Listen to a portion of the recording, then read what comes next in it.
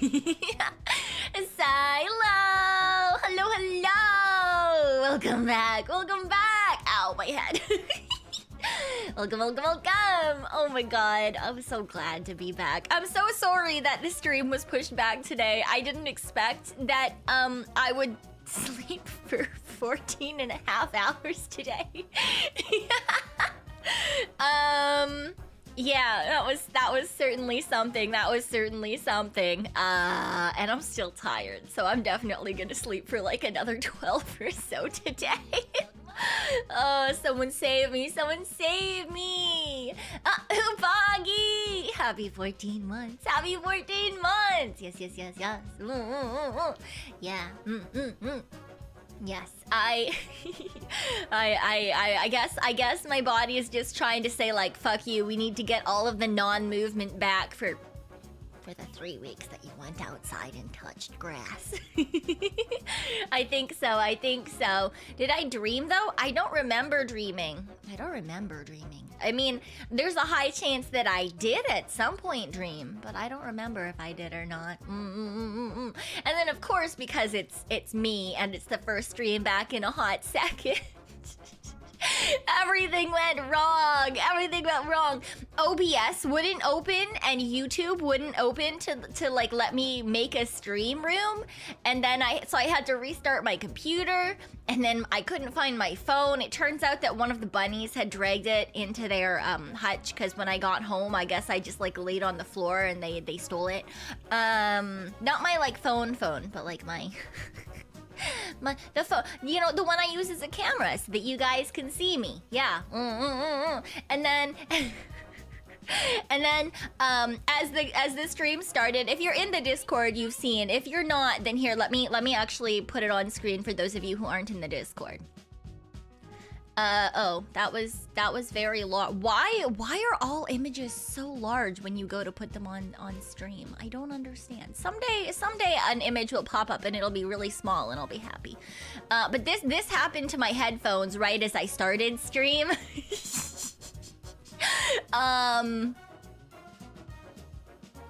Yeah, so it's, you know, it's a good thing that we're not playing a game or something tonight, because I can't hear anything. Yay! Yay! Wow. It's fine though. We got it. Everything's working eventually. We're here. It's going, you know, it's going. And Lieutenant Chubbs, thank you for the 1 year. Thank you, thank you. If I would also lose my shit if I didn't come back. Well, no, to be fair, I'd be dead if I didn't come back. So I guess I couldn't lose my shit if I was dead. But you know, same idea, right? Same idea. And Starfire, happy 13 months. Thank you for the welcome home. Thank you, thank you. Well, I have to remind myself not to shake my head so vigorously, because I went to the RMT. I scheduled an appointment with my massage therapist, like immediately.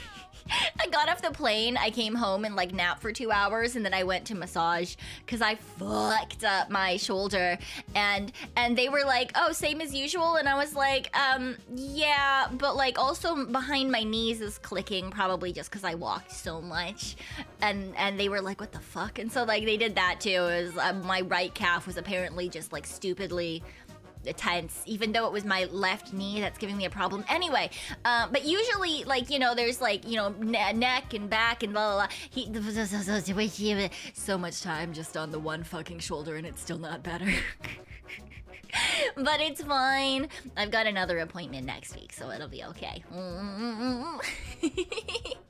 Yay, and thank you for the welcome backs. Thank you, Bearby, for the 14 months, and Blackbeard for the 13. Time for more scuff and arson. You're not incorrect. Kanzu, thank you for the 11 months, and the welcome back. I did survive the centipede. It was terrifying. It was absolutely, oh my god, it was so terrifying. And Rock On, and Jerickson, and Phantom as well. Thank you. And Phantom, don't think that I didn't see your comment on the last one. Don't think I didn't see your comment saying, oh, does she know she can wash her clothes? I washed my clothes, okay? I washed them. Just in Asia, you gotta hang dry them. So you can't wash them if you need to fly in a couple of days because they'll be wet. They'll be wet.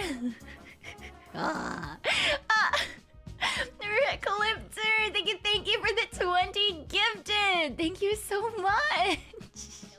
I hope I said your name right, but thank you so much for the 20 gifted memberships. I really appreciate it.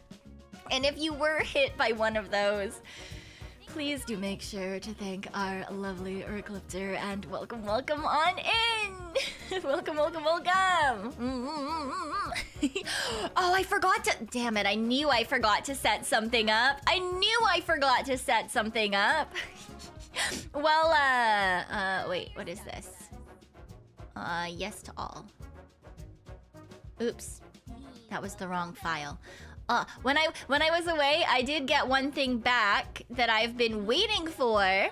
That we've been waiting for. But I haven't had a chance to set it back, because I was going to do that today, but then I obviously slept the entire day away instead. But we've got some new alerts. Some new little guys. See? Some new little guys. Thanks for joining. Yeah, we've got some new little guys. And I'm so heckin' excited. They're so fucking cute, man. So we've got that one for joining the membership or for renewing and things like that for when it pops up. And then we've got a new one for gifted ones too. I just have to do a couple of the voice lines to go with them that I promise you guys. But those finally came in, so we can get around to doing that. Yes. I'm so excited. And I got a new update on the Daki. And that should be done. I mean, it looks like it's mostly done, honestly. I think that the artist is just putting some final touches onto it. It looks really good, and I'm so excited to be able to share that with you guys, too. I got a lot of updates while I was away, and I was like, oh, I can't wait to come back and share these with the informants. They're gonna be... Oh my god. I think you guys are gonna like it. I'm very excited. I'm very excited to be able to share it. Yes, she stole the gift. Yes. So, it's been a good time. Toy Dino, thank you for the 14 months. And She Marine, hello, welcome back. I did have a fun trip, I did. Korea was a lot of fun, and Japan was also a lot of fun. Yeah. I got to do both, and it was really interesting, because I've never been to either place. To be fair, though, I've always wanted to go to Japan, and I only went to Korea to see cute girls. So obviously, there was a little bit of a difference in terms of like things that I did and like things I was excited for. Because yeah, Korea was literally a trip so that I could see Echo and Amoria Senpai. Yeah, because I mean, I used to really be into K-pop, and I've talked to Amoria about that as well. Like early K-pop.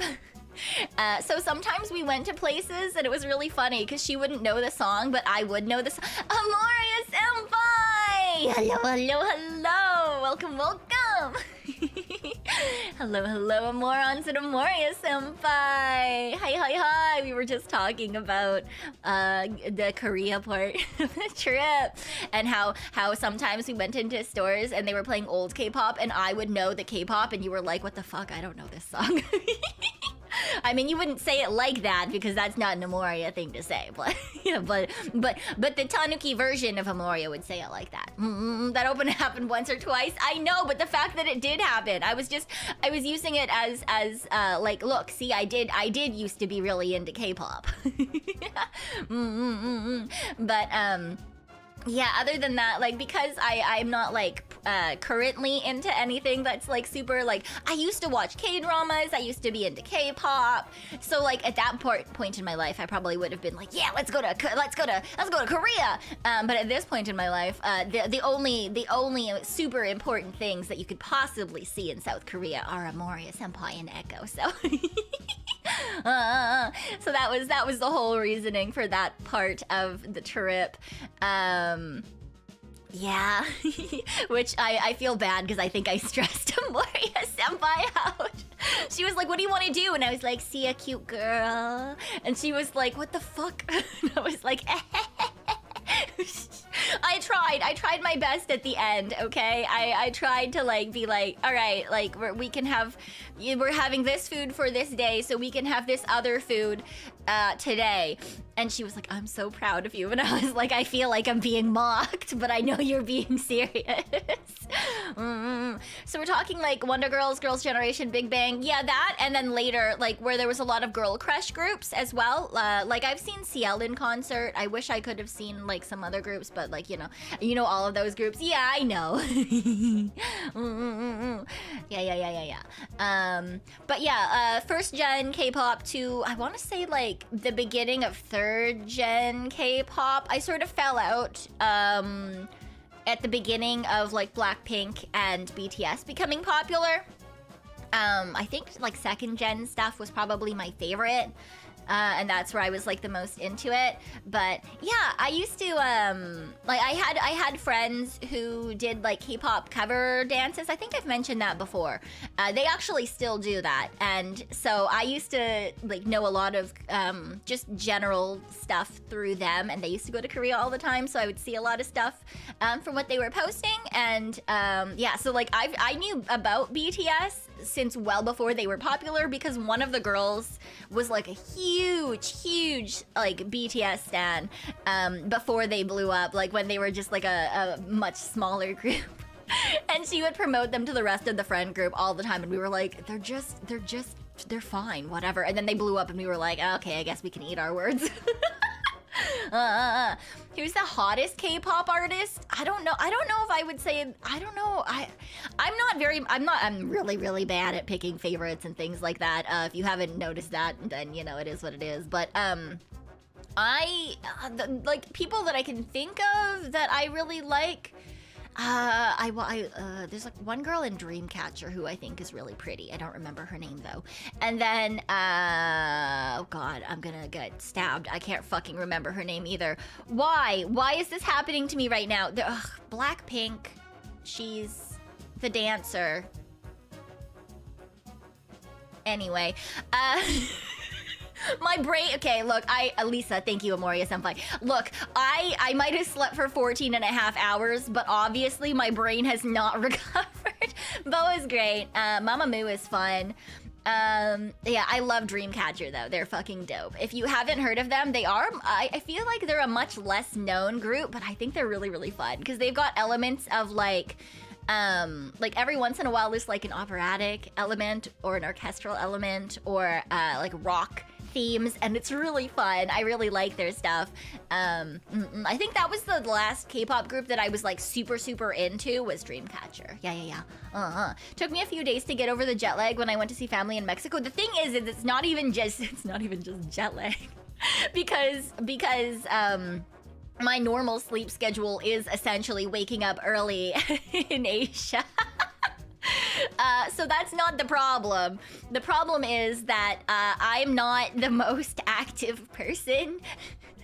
My Tanuki butt tends to stay in one place, and there was a lot of movement the entire time I was on vacation. And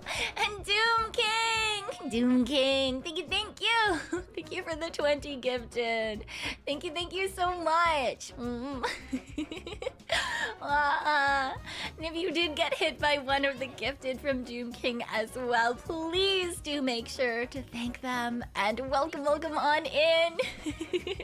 I'm gonna be catching up on like recordings and stuff now that I'm back. So I did have something that I was supposed to do before I left, and now it's not gonna make any sense. So I'm gonna have to wait to record that until some other time. But I'm gonna find or write maybe I'll write a script. No, I have to write a different script anyway. I'll record something else for you guys sometime this week, I promise. Yeah. And then there's a couple other things that I've got in the works that should be fun. 4 Minute, Kiara. Yeah. Yeah. And 21, I loved 21 so much. 21 was fucking great.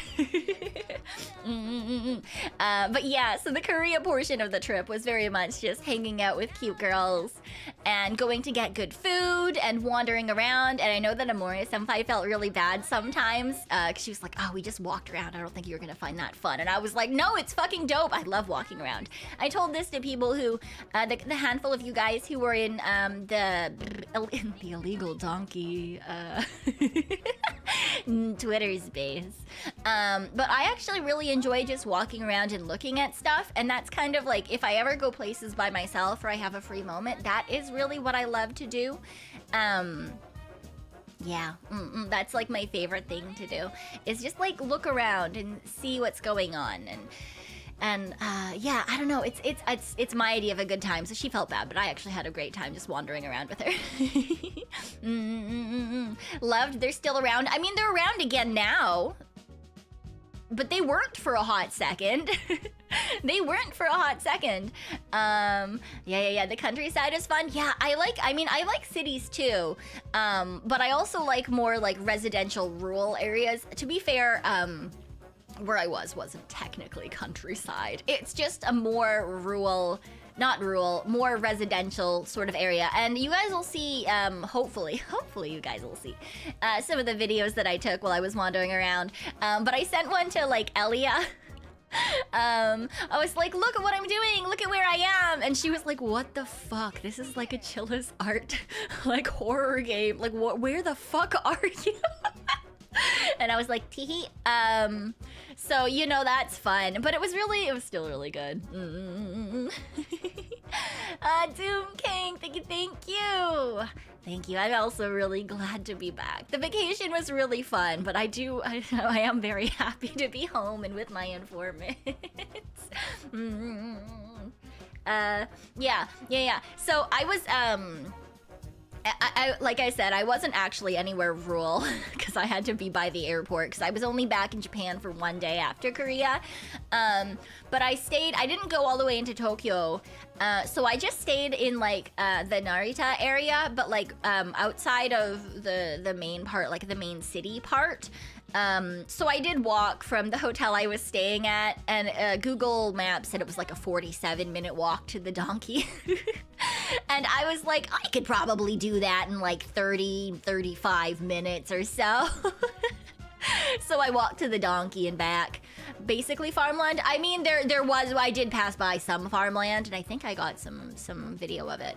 But it was a lot of like really small, winding like alleys and stuff. Every once in a while there was a quote-unquote main street. It wasn't very main. Just like an actual street-sized street instead of like a one-way alleyway. Did at one point accidentally record a graveyard that I immediately realized, stopped recording, bowed slightly at the graveyard, and then fucking booked it away from the area. Am I superstitious? Possibly. Just like I was like, I don't want to fucking deal with this. Nope, we're out of here. Deleted that footage immediately. I didn't even realize until I like turned to it slightly. I am afraid of ghosts. You are not incorrect, Ubagi. I'm fucking afraid of hallways. Do you really think? You could have brought Sadako back with you? Abso-fucking-lutely not. Abso-fucking-lutely not. About to get haunted by a yokai? What do you mean? I am a yokai. I am a yokai. Just a little guy, you know? But you can't piss off. Still can't piss off anyone, right? That's not a good thing, you know? Why are hallways scary? Because there's only one way in and one way out. Yeah. I don't believe in ghosts, however, I will not fuck around and find out. Yeah. I don't know. I've said this before, but as I grew up, my family is very Christian, and instead of being told like, oh, there's no monster under your bed, I was told by my Hart that there was in fact a demon under the bed, and it would in fact eat me if I was not good and did not pray properly. So I grew up like being told that there's evil things all around me at all times that want to murder my soul. So I never quite got over that, I suppose, no matter how old I get. It's kind of just ingrained in there, so I am afraid of a lot of things. I'm afraid of a lot of things. Wish you could see a legit ghost, because then it would confirm the existence of the afterlife. Would it confirm the existence of an afterlife, or would it confirm that we're all just trapped in a box? Because they're still here, right? They're not in like heaven or hell or whatever afterlife plane of existence you want to believe in. They're here. That's more worrying to me, honestly. I don't like that. Classic Asian Christian moms, am I right? Yeah, honestly. Trapped in a flesh suit, right? This is the afterlife. Oh my god, please no. Don conversation. Yeah, it's a crazy thought, right? Right? And then if there are ghosts, are they all just like pressed together? Is it every time someone dies, is it like, is there less and less space, you know, in the atmosphere? Are ghosts the cause of climate change? Is that why? Is that why there's climate change? The ghosts are just taking up more and more space. They're trapping in the heat. Yeah, would I ever go to a supposed haunted location? Abso-fucking-lutely not. Abso-fucking-lutely not. Look, I've got bad enough luck. I don't need to tempt that shit, okay? One time I did go on a haunted Halloween tour. In one of the cities, like I lived at that point, well, I didn't technically live in the major city, but I had a friend who lived in like one of the major cities in the area, and during Halloween, there's like a haunted trolley tour sort of idea, and my friend at this point was super into ghosts and the supernatural, and so she dragged us all along, and it was like, yeah, we went to like haunted houses, we went to like, there was like a police morgue museum or something that we went to in this area. We went to like a super haunted house, a super haunted graveyard, and a whole bunch of other shit, and I was just like not okay the entire time. And at one point, one of my other friends said something like vaguely rude whilst we were in the graveyard, and then coincidentally the wind picked up really hard and blew our hat away, and I was just like, cool, yep, never fucking going anywhere like this ever again. So like, yeah, I do understand that I am baby, but yeah. Guess we need to figure out immortality to stop global warming. I don't feel like tons more physical bodies would help, honestly. Korean ghosts were not having it, dude. Yeah, you know, I'm just not. I'm just afraid of everything anyway. Okay, I can't deal with it. I just can't. Even if you don't see things, like I've explained my hallway thing before, but like essentially just like if I come out of a room and it goes directly into a hallway and there's only one way out, like if there is an off chance that something supernatural is standing at the end of that fucking hallway, it sees you now. There is no fucking chance. You can't go anywhere. There is a straight fucking path to you and nowhere else. Do I understand why this is like an ingrained fear in me? Abso-fucking-lutely not. But like, it doesn't matter how long I live somewhere, that's a thing for me. So I purposely, when I move now, I look for floor plans that don't include hallways. So like my current apartment doesn't have a single hall. Well, I mean, it technically has a little bit of a hallway. Like you can stand with your arms outstretched, and that's like the length of the hallway. It's just where the closets are on either. There's a closet on either side, so it's really not too much of a hallway. But it's like the bedroom, closets, bathroom, right? So there's no like actual like hallways. Yeah. No, I'm afraid of hallways, right? Or if there's a window at the end of it and there's something outside of your apartment, especially if you're on a high floor, okay? And then you just see eyes looking in. Now it knows. And you can't pretend you didn't see it, right? Because that's a thing. That's a thing. In a lot of, like, traditional senses, like if you acknowledge the spirit or the thing or the ghost or whatever, if you acknowledge it, then it knows that you know that it's there, and now you're fucked. okay? And so like you can usually get away with not acknowledging things. Like you hear a sound, you just pretend it doesn't exist. You don't say anything, you don't do anything. But if there's a window at the end of a hallway and you see it and it sees you, you can't pretend you didn't see it. You can't pretend you didn't see it. You're fucked. There's literally no way for you to not acknowledge it if you're looking directly at it down a hallway. There's nothing else for you to look at, okay? That's also part of the hallway thing. It's that like, yeah. It's one of those things where it's like, because especially this, it's very oh god, what's the word? Prolific? I don't know. It's very common when it comes to, especially like a lot of Asian cultures, when it comes to like spiritual entities, as well as a lot of like North American like native sort of ideas about like folklore and supernatural. Like you don't engage. You do not engage. Right? Yeah. Cool. New roommate. Rent is due Thursday. No, Jesus fucking Christ. I could not. I could not deal with it. Just keep walking like the hallway's empty and act like there's a real person and ignore them. You say that as if it's not, yeah, I can't, I will freeze. That's the problem. What does Sign think of a mirror reflecting a mirror? I didn't realize that was a thing that people were afraid of until the panini, because I've mentioned this before, but my previous roommate, she's now moved away to a different city because she found a boyfriend, left us here. She was really into like witchy stuff, right? So I do the closets that I mentioned that are in my room. It is 2 mirrored closets. Okay, and so when she saw that when I moved into this place, there are straight up like fucking like runic sigils on stickers taped to the backside of both of these fucking mirrors. So like I didn't think that mirrors, reflecting mirrors was a thing. I didn't realize that was a thing until she like told me about it and was like, I am warding these for you. And I was like, sure, fine, that's great. Yeah, that's never been a thing for me. But I don't like mirrors in general sometimes, especially if I'm already in like a in a scaredy cat mood and I'm like brushing my teeth or something, you know, and you like look down, spit in the sink, and like the I'm like, sometimes I'll like close my eyes and I won't look back up into the mirror because I'm afraid if I like look up, I'm gonna see something behind me.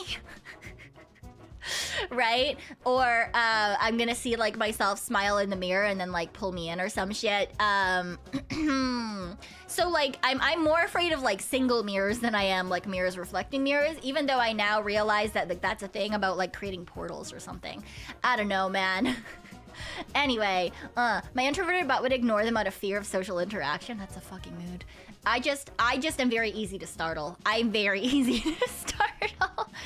So, do fans really have sticker warnings about death? Because you heard that South Koreans are deathly afraid of leaving fans on overnight? I don't know about that. I think you'd have to ask a Moria-senpai. Even if there was a sticker warning about death, I wouldn't be able to read it, so. How do you survive living on your own? I have bunnies. I have bunnies. I'm not gonna lie, that's one of the reasons I've never actually, I mean, I've had family pets before when I was growing up. We've had dogs and stuff.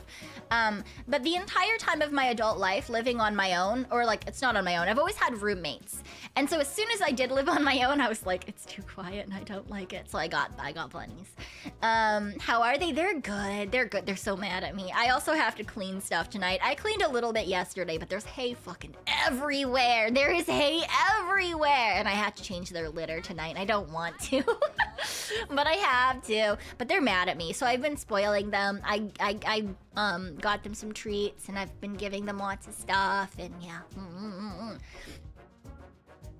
Bunny tantrums? Yeah, especially the boy, because he's more attached to me. So even after I give him food, he's like flicking his little feet up at me, and I'm like, I feel so sad, because that's the bunny way of saying fuck you. And I'm like, oh, he took my food, and then he flipped me off, essentially. He's like, oh, it's fine. Hey, PTSD from working on farms. Yeah, I'm sorry. I have like a fucking 100-pound bale of hay in like my the little area going towards the bathroom. Okay. Endercollector, thank you for the 10. Thank you. If you look in a mirror in a dark and in the dark long enough, you start to see some creepy stuff. It's a known phenomenon. Yeah, I would not do that. I specifically avoid looking into mirrors in the dark. And when I do, I like my own reflection has startled me into a jump scare scream previously. I've told about this. I was at my parents' place for Christmas one year, and it was like an apartment that they lived in for a little while, so it wasn't the family house I grew up in. And yeah, I walked out of, it wasn't even my room, wasn't even a guest room, I realized. I was thinking back on it, and it was, technically I was in Bro Hart's room, and Bro Hart was on the couch. They just gave me his room. Thinking back on it, I'm like, oh, that's interesting. But I was in Bro Hart's room, and I left his room to go to the bathroom, and there was a mirrored closet on the left-hand side, and that's also where the hallway to the bathroom was. And I caught a glimpse of myself, and I looked sideways, and it was just like a gremlin pose, because that's like I froze in a position, and I screamed, and I woke up the entire house on Christmas. Yay! Yeah, so me and mirrors don't get along anyway, especially in the dark. So I would never just like stare at myself in the dark in the mirror. I can barely stare at myself in the light in the mirror. As soon as I think about like mirrors, like if I don't think about it and I'm just like going on my day and it's like brain empty and I'm doing whatever, then it doesn't bother me. But as soon as I think about it, I'm like, okay, now we're avoiding mirrors. Like tonight, I'm definitely avoiding mirrors as much as I can. So yeah. Do you also get scared going to the bathroom in the middle of the night? Depends. If I'm at my own house, no. If I'm at other people's houses, sometimes. But I also do have a nightlight in the bathroom at my place, so I can't do complete darkness. There is no time where I am in complete darkness. Yeah.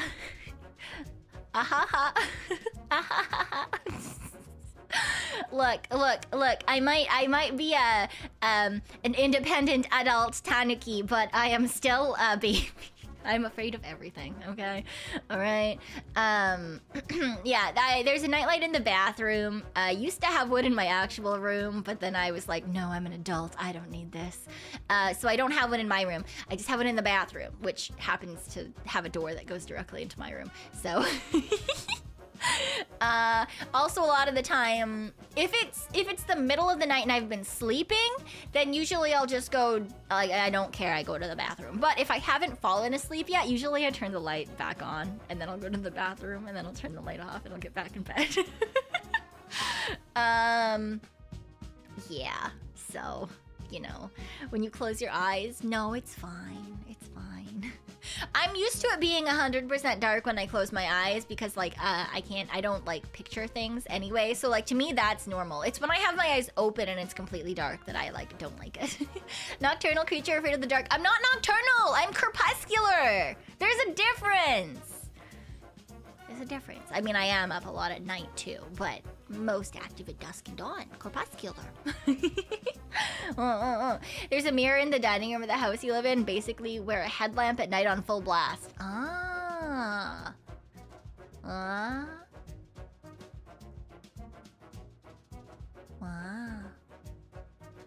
In the dining room. I feel like that's a weird place to have a mirror, but then I thought about it again and I realized Ma and Pa Hart essentially had a mirror in the dining room.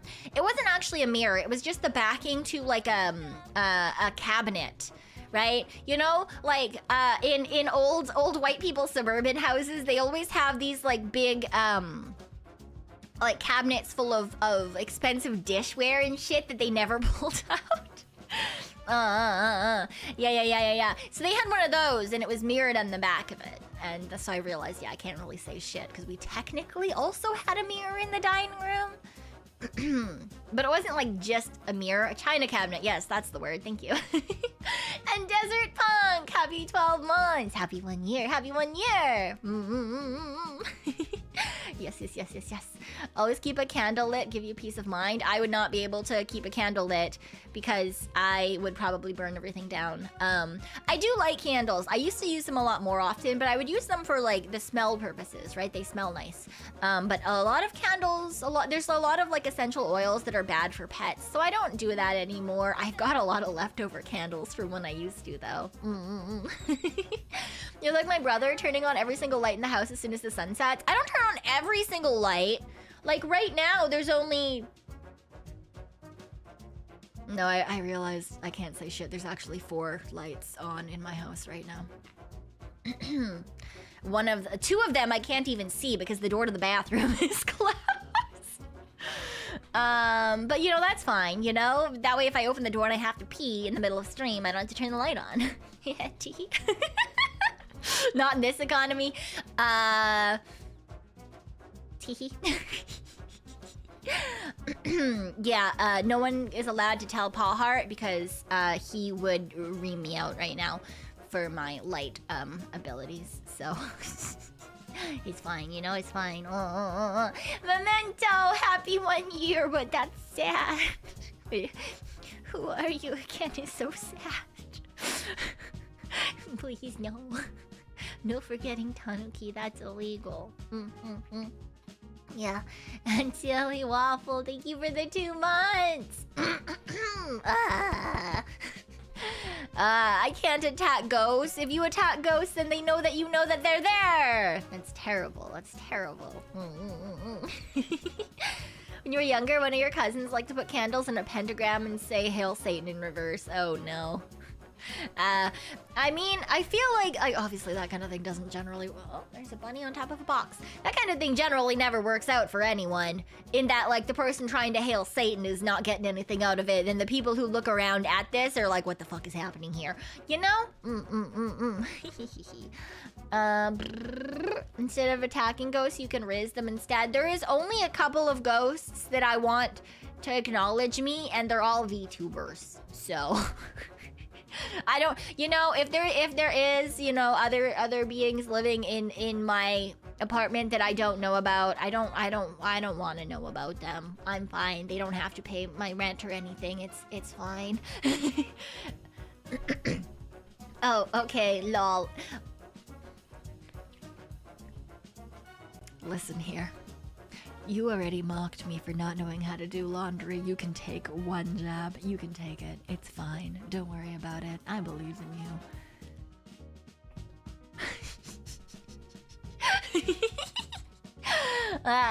And thank you for the 12 months. Thank you. I'm not dead. You are listening to me yap. It's fine. And TD, thank you for the 3 months as well. Thank you. Only thing ghost fear is Tanuki. I feel like that's backwards. I can do laundry. Oh my god. I can do laundry.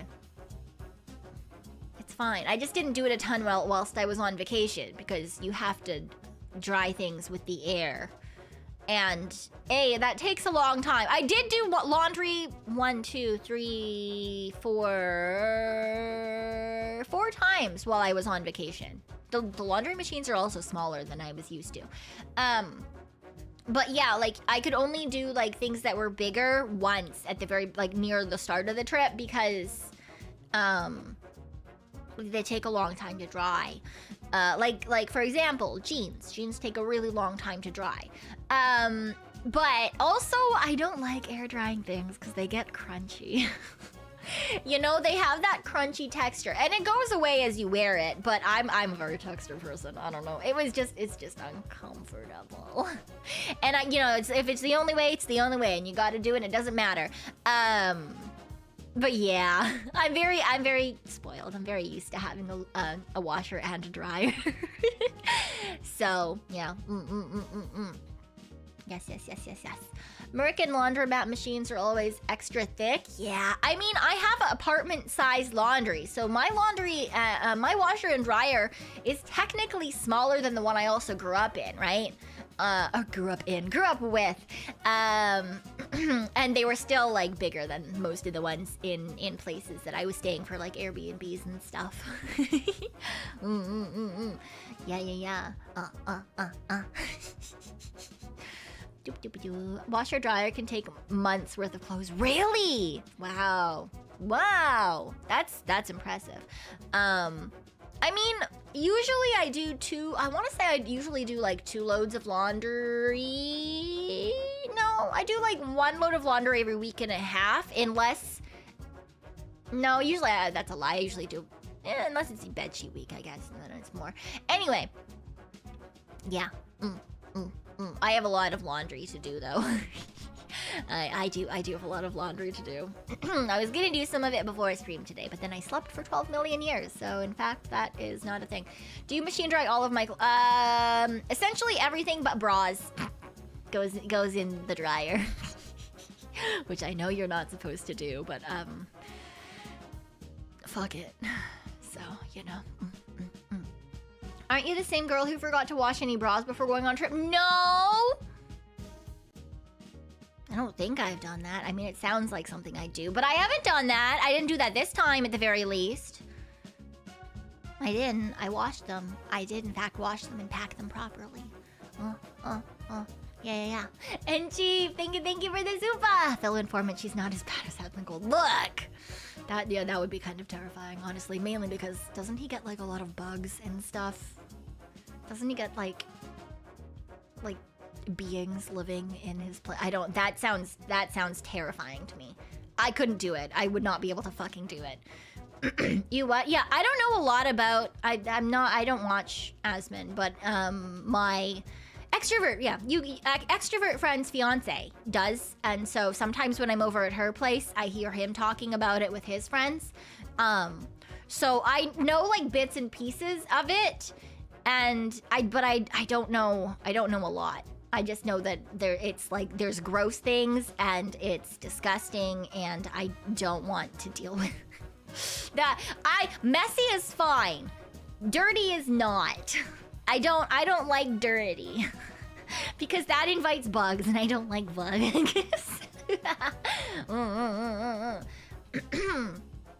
Yeah.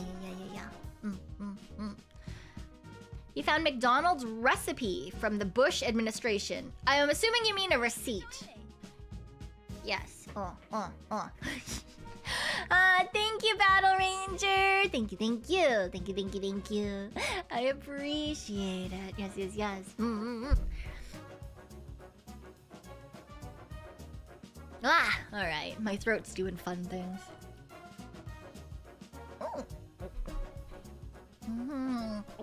So we fix it by drinking coffee. Obviously, that fixes everything, right?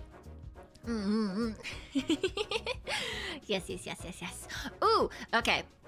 I realized that I just started yapping about random shit and I didn't actually talk about the vacation or anything. There's a difference between a mess and organized clutter. No, my place is kind of a mess, I'm not gonna lie. There's some organized clutter, but there is also some mess. Oh my god. For example, the receipt that is on the floor that one of my bunnies just decided to eat because I went grocery shopping and I just kind of dropped things on the floor because I wanted to start streaming. Give me a second. Baby girl, that's not for you. No, drop it. Drop it. Good girl. You want a snack instead? Here, you can have a snack instead. You want a snack? Here. Up. Good girl. Good boy. All right. Sorry. Look, I went to the grocery store because I needed to get some food because obviously there isn't any food in my place because I was away for a long time. And, yeah, I just kind of... Anything that didn't need to go in the fridge or freezer kind of just got dropped on the floor, I'm not gonna lie. Talk to your bunnies like they're dogs? What do you mean? I talk to them like they're bunnies. Because they're trained. They do tricks, you know? So I say up and I put my palms up and then they put their little paws up onto my hands and they get their snack. Yeah. Did they react to anything special? They're more clingy than usual. They're more clingy than usual. Which is, I was gonna record some things yesterday that I needed to get done, and I couldn't because they kept coming into my area and like munching on boxes and stuff. And usually they do that every once in a while, but yesterday they were doing it a lot. And even today, usually like they'll meet me at the door. They'll run over and meet me at the door when I come in, and they'll let me like pet them a little bit, and then they'll like fuck off and do their own bunny thing. But today and yesterday, they instead are like, they'll let me pet them a lot more. They'll like sit around with me, which is nice. But yeah. No, I didn't leave them all. I mean, technically they were alone, but I had a bunny sitter that like would come in once a day and like feed them and like make sure they had water and stuff. And made sure that there was still enough hay and stuff. Yeah. But like, it wasn't like, I didn't, you know, yeah.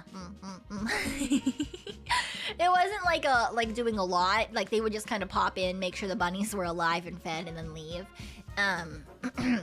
So yeah, it's a little messy in here right now. There's all the hay from like dragging the hay from its storage area over to the food area and stuff like that, or like bits of destroyed boxes and stuff that are around from the buns. So I do have to do some tidying up after stream probably, or maybe tomorrow. Maybe I'll push it to tomorrow. Yeah.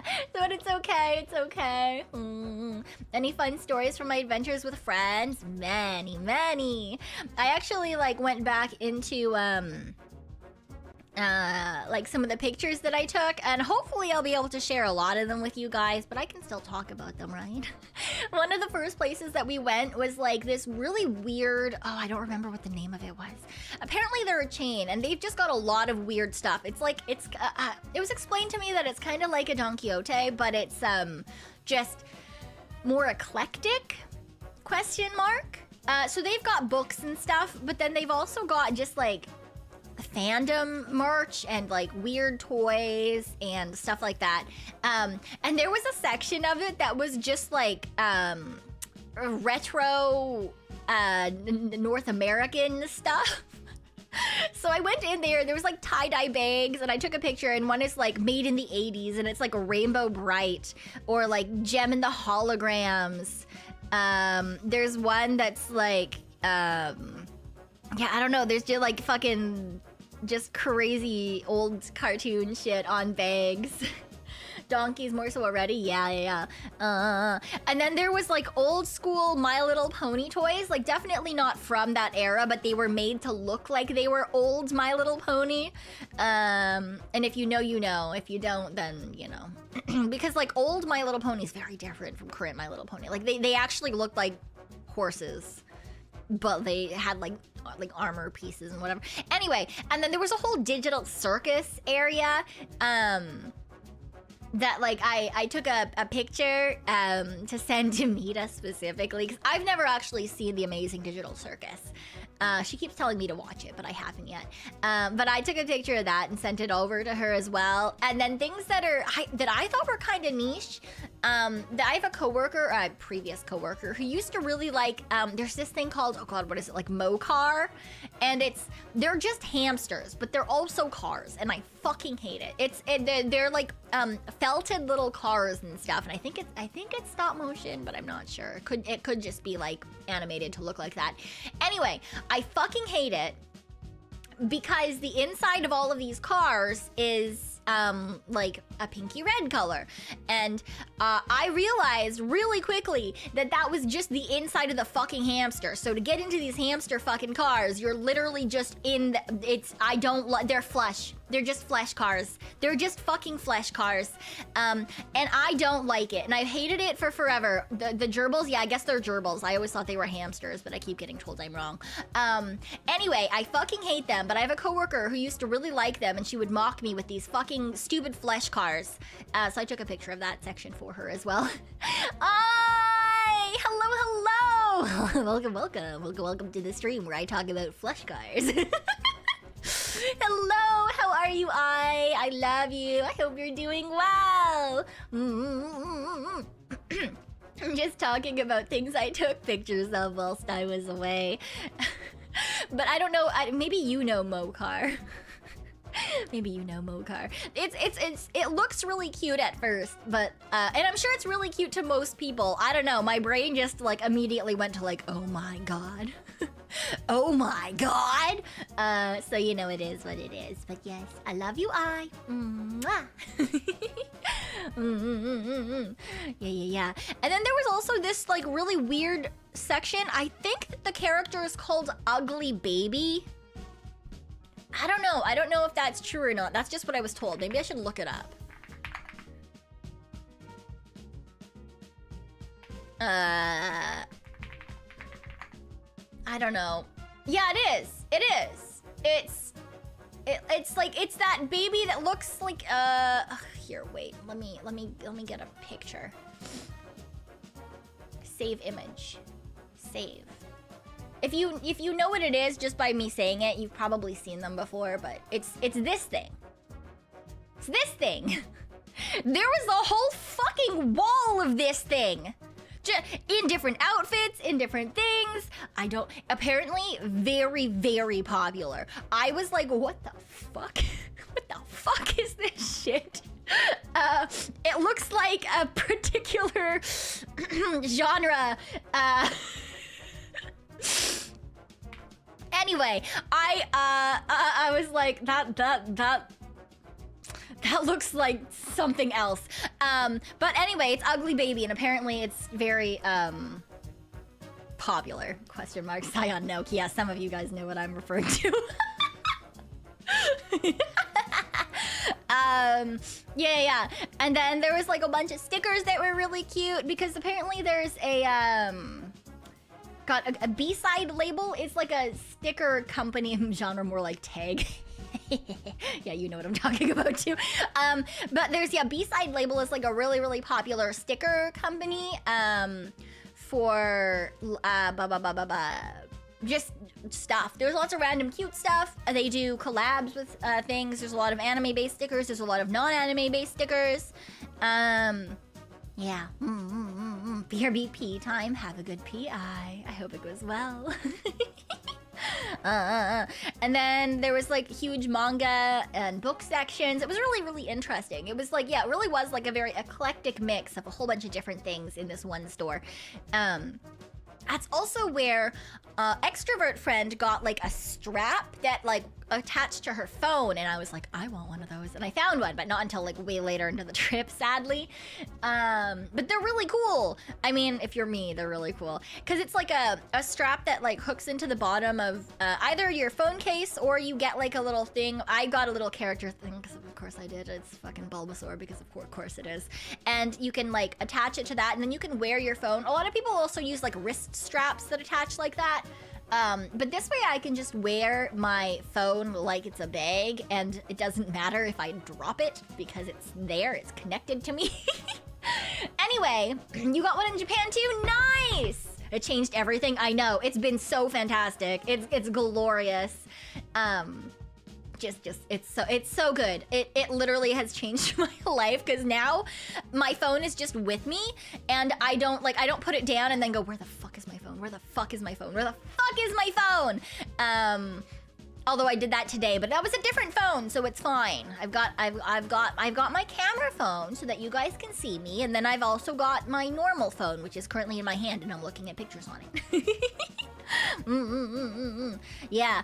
I got a picture of pumpkin pudding on my phone as well, but sadly, it reminded me that a lot of the time that we were in Japan, a lot of cafes don't do like alternative milks. It's just normal milk, you know? You've got your gyunyu. And I cry a little bit on the inside because I'm allergic to milk, but I need coffee. So there were many, many times where I would just have to drink like fucking coffee milk and cry a little bit. Which is also probably why my knee is fucked up thinking about it. Because for those of you who are not long-time informants might not know, but I am allergic to milk, and it's not like a shitting allergy, and it's not like a sneezing allergy. It's like a connective tissue. Like it affects my like joints and stuff and makes those hurt.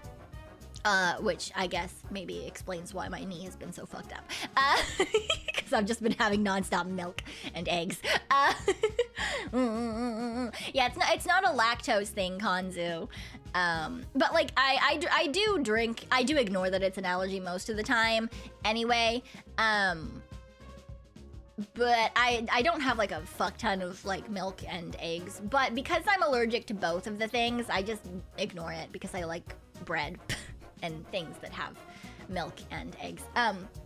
But in Japan, those things are much more popular than they are here, so it is what it is. Yeah, so a lot of the coffee was milk-based. Although there were some places that had soy milk. For example, Dotor, a lot of the locations have soy milk, I learned, and that was really good. And Starbucks, of course, has all its normal stuff. But we tried really hard not to go to Starbucks whilst we were in Japan. We wanted to get it from, like, places that were, you know, Japan-specific. So, did I eat wagyu? I actually did. On the very first day I was there. Zalo-chan, thank you for the 12 months. Thank you. 1 year.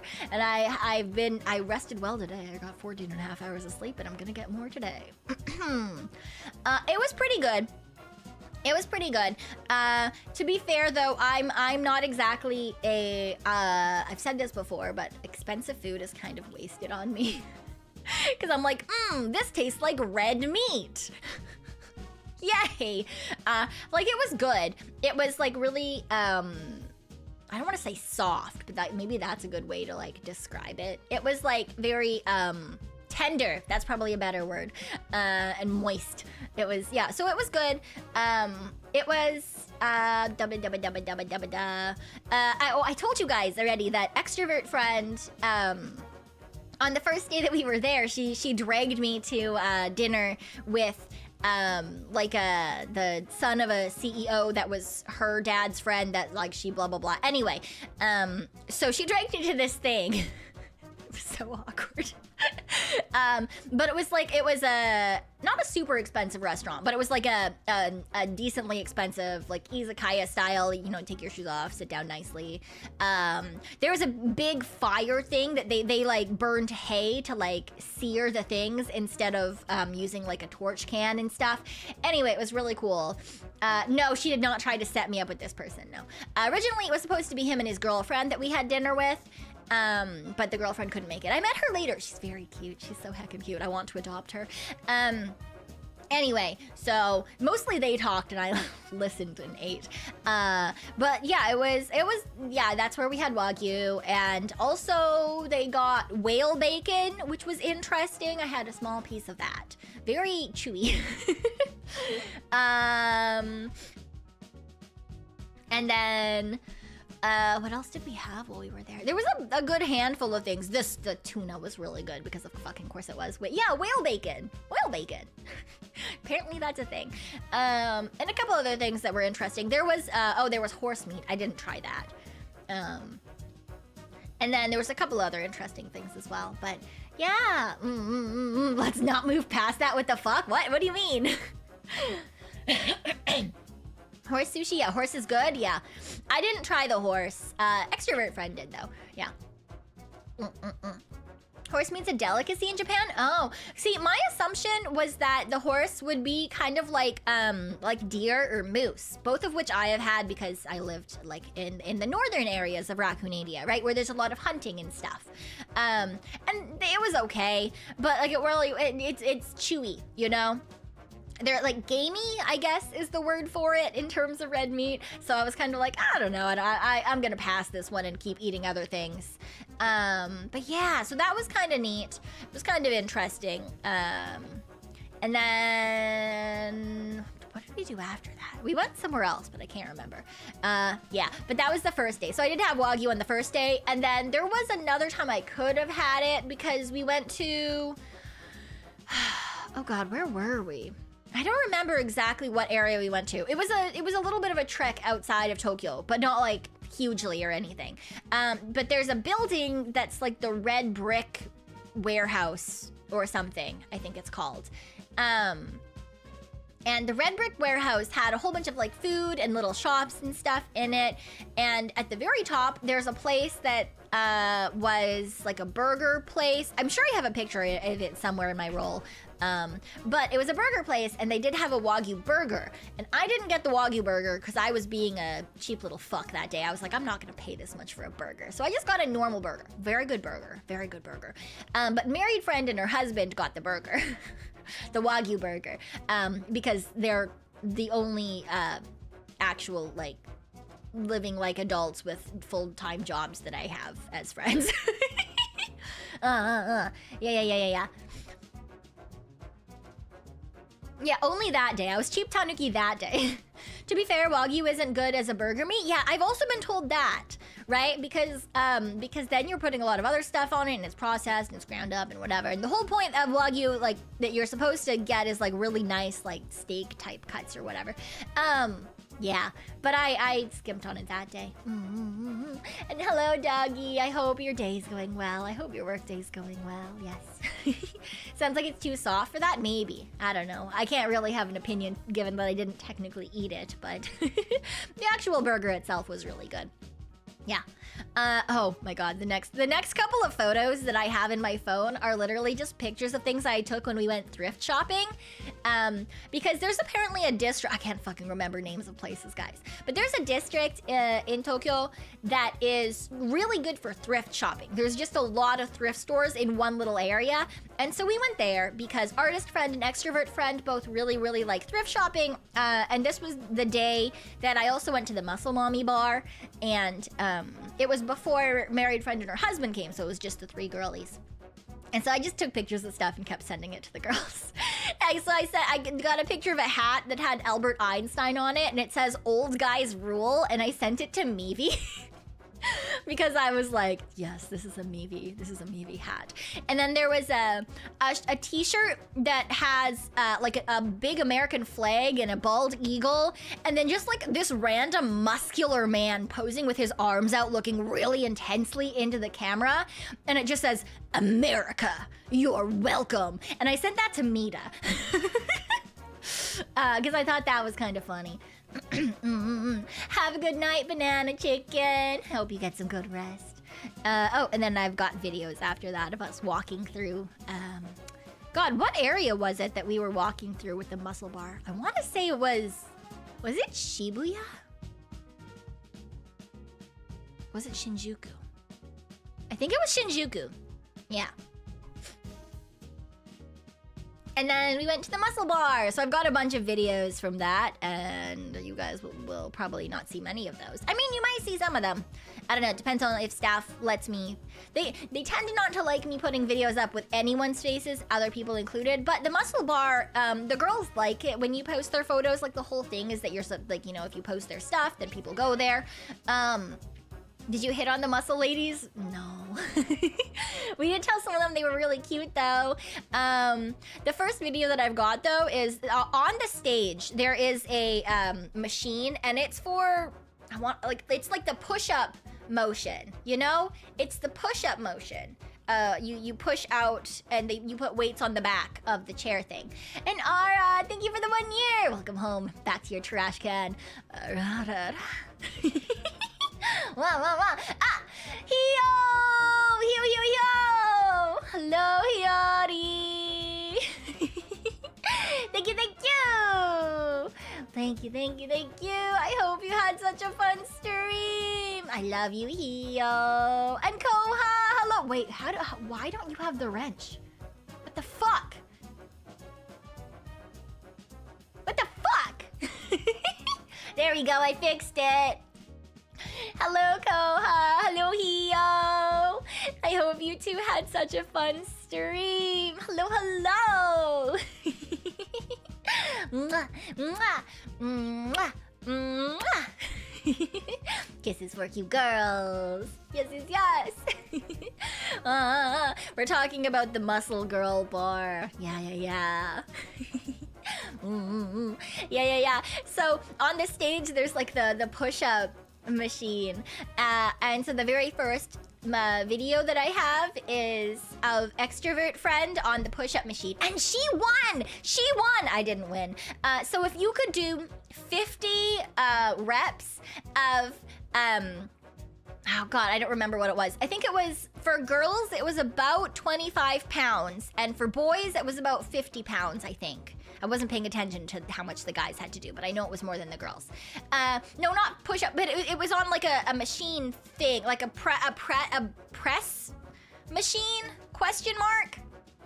I don't know, it's a gym machine. I don't know the fucking name for it, but chest fly, I don't know. The weights go on the back, you sit in a chair, and then you push your arms forward.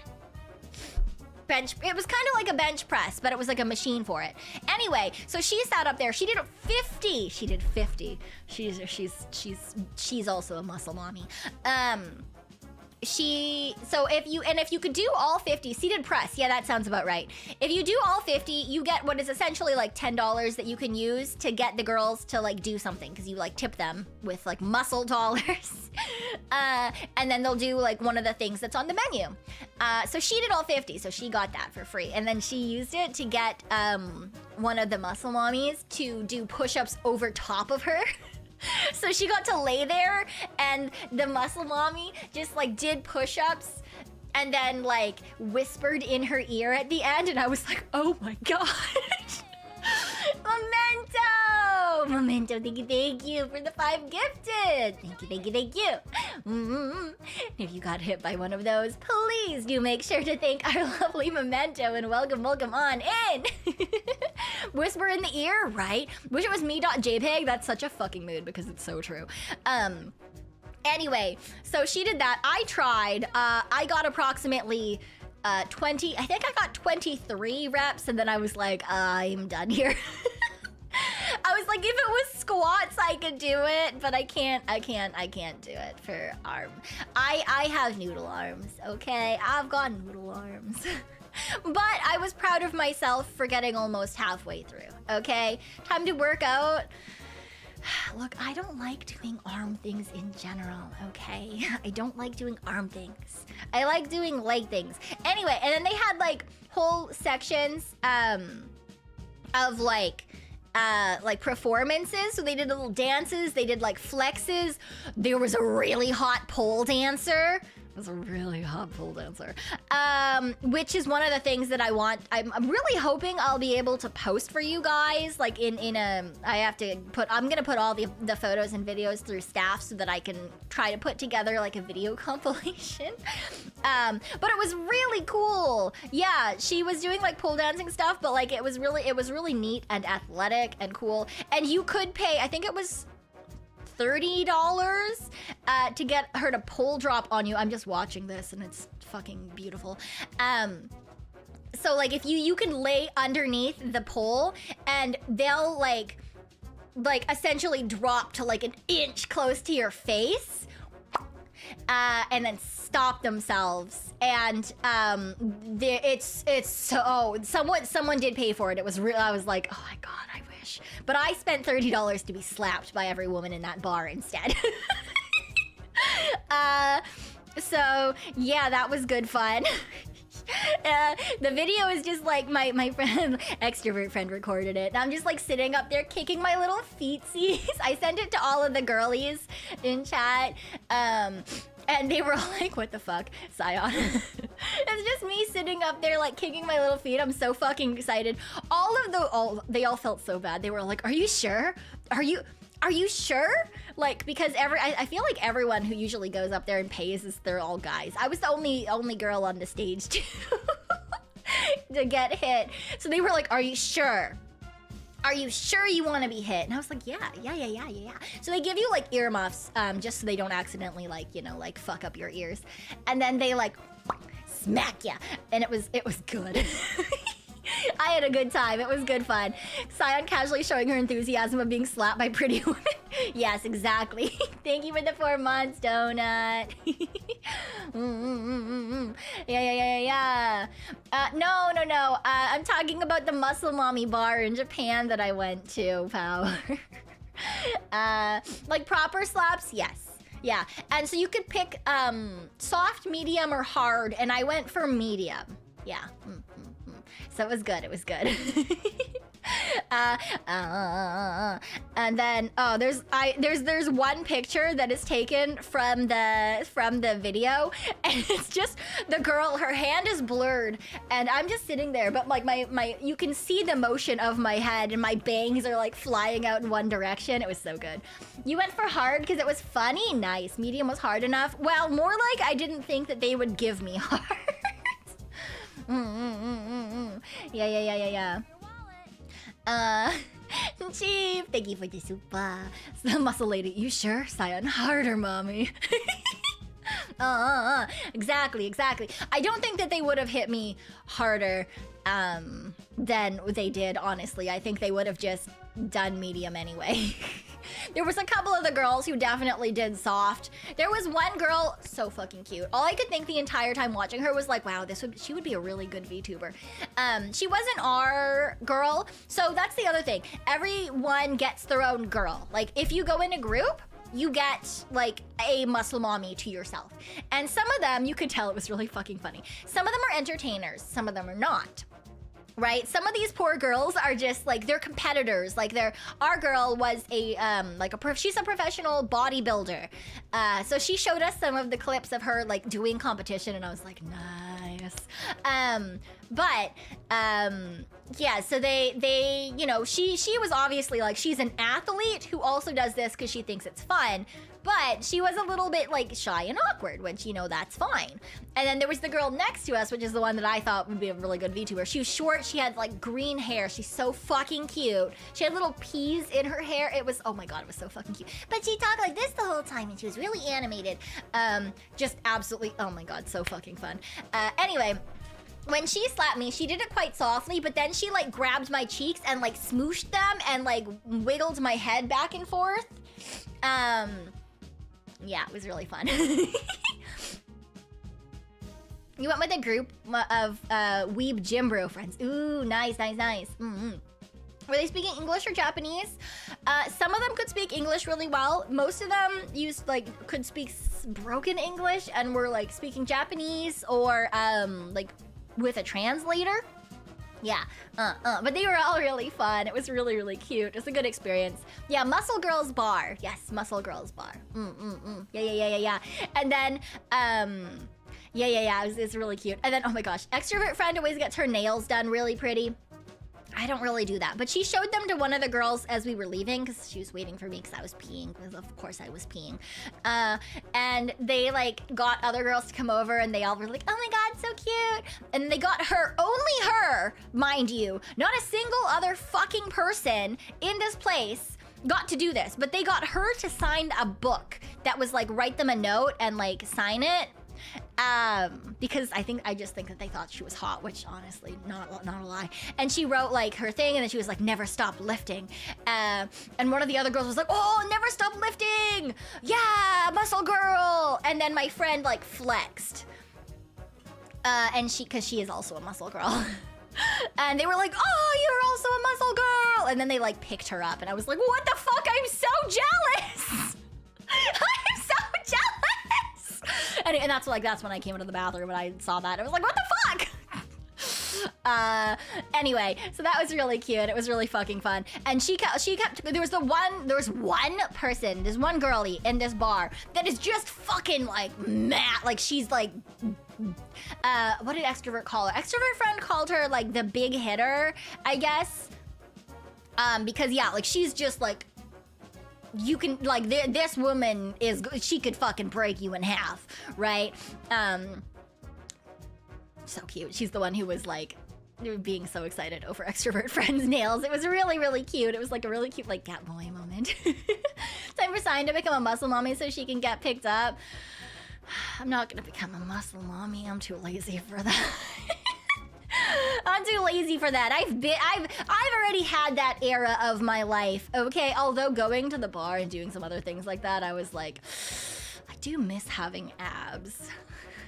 I could theoretically get those back. And then I thought about it, and then I was like, I don't know about that. I don't know about that one. Maybe, I don't know. I feel like I'm too lazy for that now, though. I just wanna have a good time and lay on the floor, okay? The effort it would take, not exactly. I was like, I miss having muscles, but also I like having downtime. Although I have told myself that I'm gonna do like more walking and stuff. Not as much as we did in Japan, though. Dear fucking God, that sounds terrible. You have to maintain the abs? Yeah, exactly. Exactly. Now potato mommy. Look, it's fine. It's fine. Yeah. If you could have gotten one of them to do whatever you wanted, what would you have had them do to you? What do you mean? What do you mean? In what context? In what context? What's why you like the tone build? Just enough effort to be fit? See, that's the problem, though, is that people assume that I work out. People assume that I work out, okay? I just don't. You can't tell, but I don't. And it's a problem, okay? Because then people tell me to do things that I can't do. Or expect that I can do things that I can't do. So. Yeah. Yeah. It's not a thing. Which, there was one called a muscle mommy sandwich that I think was, only girls could get the muscle mommy sandwich. I think only girls can get the push-ups too. There was a couple of things on the list that you could only get if you were a woman. And the sandwich, you would get, essentially they would both do, there was two girls and you would stand in the middle and they would both do push-ups over you and then they would shake their boobs at you. And they would squish you. And I was really tempted to do that one too. Jealous of the muscle mommy sandwich? Yeah, I watched one girl get that done and I was like, I want to do that too, but I've already paid to be slapped instead. So that was good fun. I do, if you like, just like, it's also all you can drink, by the way. The drinks were fucking massive though, so I only had one. But if you like drinking and you like girls with muscles, and you like sitting and existing, then I would say go to the Muscle Girl bar if you are there, if that sounds like a good time to you. Yeah. Yeah. Do you think there are men exclusive tips in the Muscle Bro bars counterbalance? I mean, probably. There are lots of Muscle Guy bars as well. Were you pink by the end of one drink? I was fucking red, dude. I was red, and extrovert friend was laughing at me. Okay, because then we went out and we were at the Poke Center in like Ikebukuro and stuff. So you know, it's fine. I am cursed with a very heavy Asian flush whilst drinking. So no, it's not that I'm a lightweight. It's literally just that I can't process. I don't have the enzyme that processes the alcohol. The Asian glow goes fucking hard on me. Okay, like, and it's stupid because none of the Asians in my family get that either. It's just me. It's so fucking stupid. Anyway. Yeah. Shit-faced in Tokyo. I did not get drunk at all. I got buzzed a couple of times. But I also was like, all right, I'm gonna be the person who like knows how to get out. Because all most of my friends are like well more extroverted than me, so they all like, you know, knew people or were getting drunk or were doing things, and I was just like, I'm gonna be like the person who makes sure we catch our fucking train. I'm gonna make sure that we don't have to like stay out all night. Although one time on Halloween I did do a 40-minute walk back to the Airbnb we stayed at. Although that was of my own volition. It's because I wanted to walk. I didn't even miss the last train. I just decided to walk.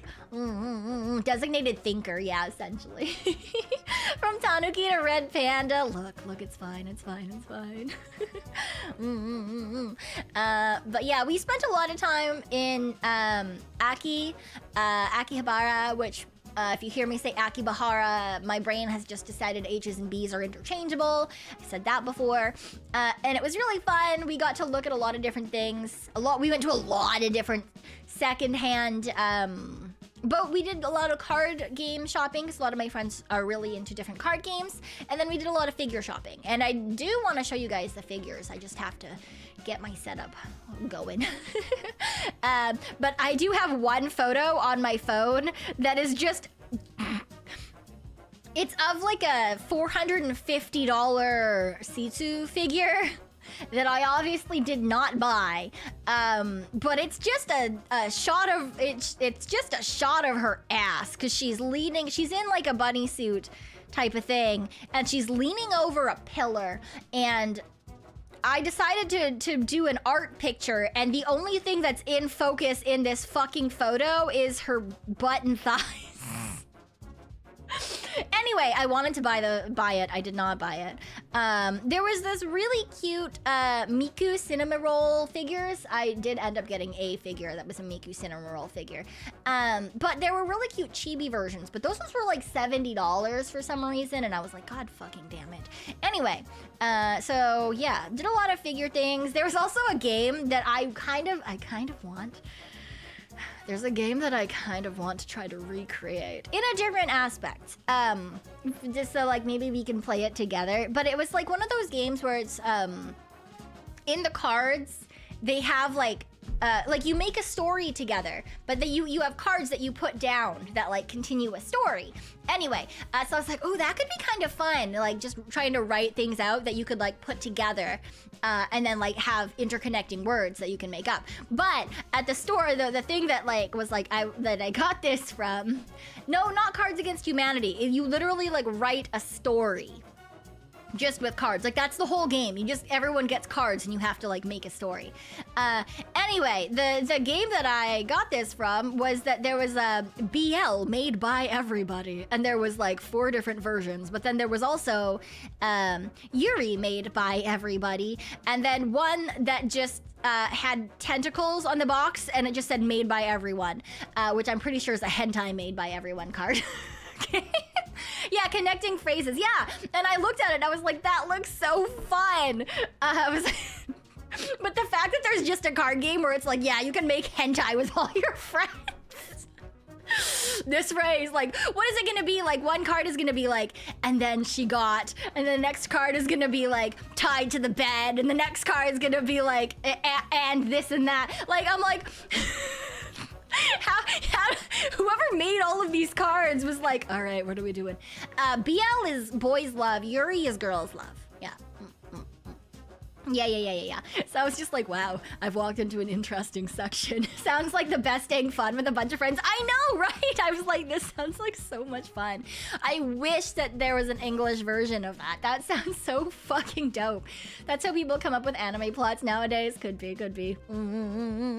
Anyway, so I've got a whole bunch of like photos and videos of Aki and some models, or some of the figures and stuff. And then I got a photo of some cutouts that was just Pecora. It's just Pecora. It's got a photo of Pecora. And then there was like Vispo merch, like there was jackets and stuff, and that was really cool because there were a lot of different areas that had like a VTuber section. Most of it was HoloLive, but Vispo as well, which is really cool because I know that on the like the JP side, they're like a really well-known corporation, whereas like on the EN side, they're still known, but they're not like as known as like HoloLive or Niji or anything like that, right? And I took a picture of that because I was like, this is so fucking cool. I've never seen like Vispo merch and stuff. Secondhand stores are great, Naki. Yeah. Oh, why do I have this? Apparently, I just fucking took a picture in the hentai section because I moved from the Vispo jacket to the next one, and it's just titties. And a girl getting strapped down. Why did I take a picture of this?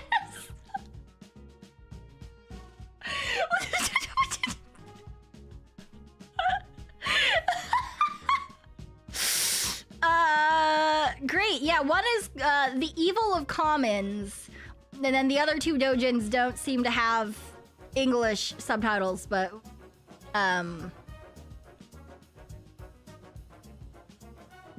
yeah, okay. Yeah, anyway. I don't don't know why that's in my camera roll, but okay. But yeah, there are the whole ass sections of things like that. Yeah. And then and then I found a figure in a bunny girl suit that was literally just Leora Senpai, and I sent it to Leora. I sent it to the girls. I sent it to the V&U group chat. And I was just like, I found Leora Senpai and I wanted to buy her, but she's like $450. It's like, I love Leora Senpai, but I don't have $450 to spend on a model that is just her.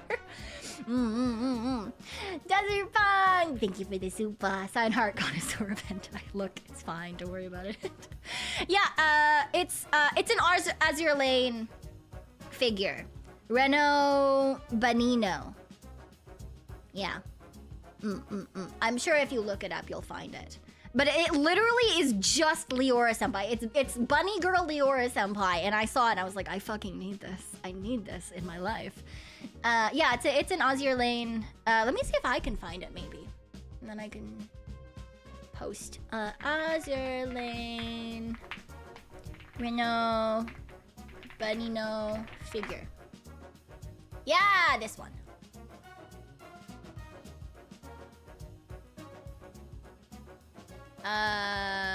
Take screenshot. Download.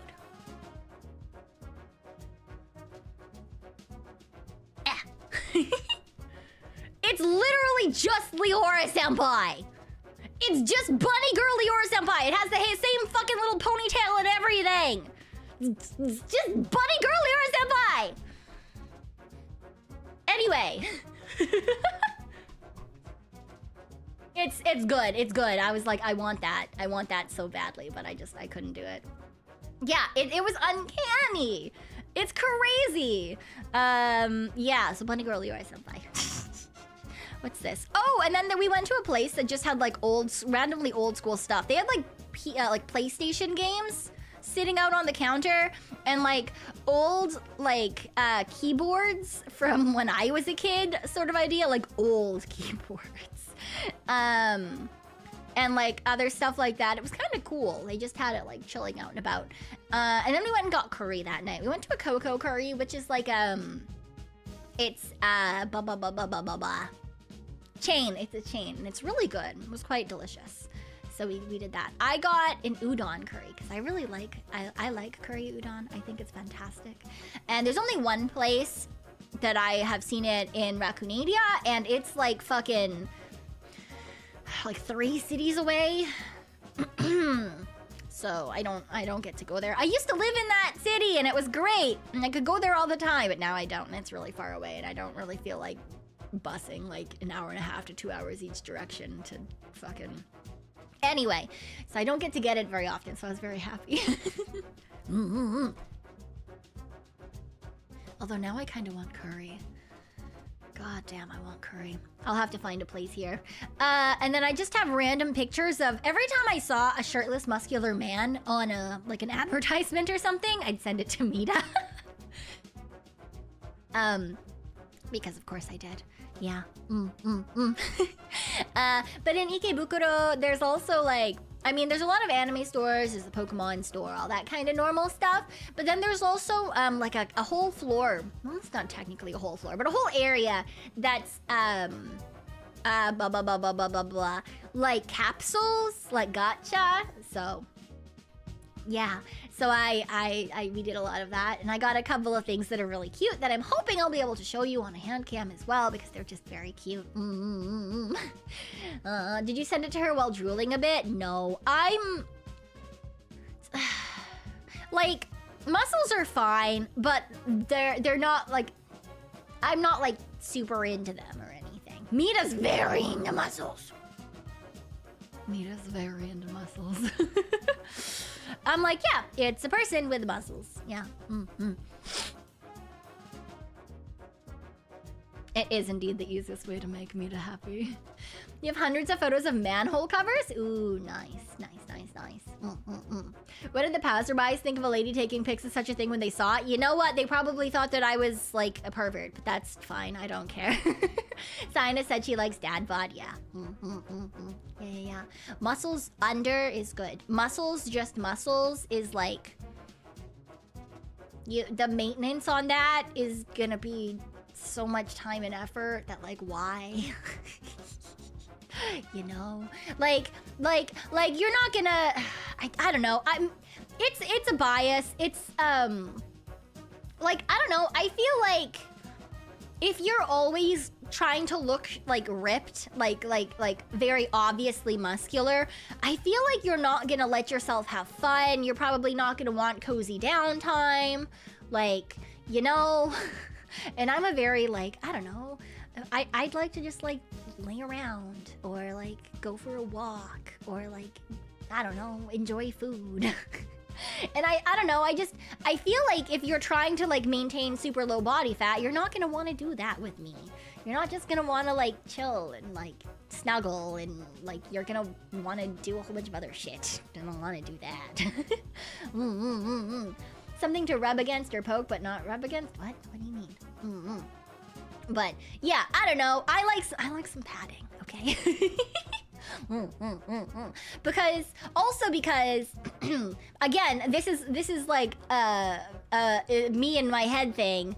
I don't know if it's true or not, but like I feel like also if you're too thin, then that's also gonna be a problem because I'm bony, and if you're bony and I'm bony, then we're both just gonna end up like poking each other with our bones. And that doesn't sound very comfortable either. Yeah. So, yes. You see a shirtless, ripped guy and think about maintainability? Look. Look. I don't know, it looks uncomfortable to me. Does that make sense? I don't know.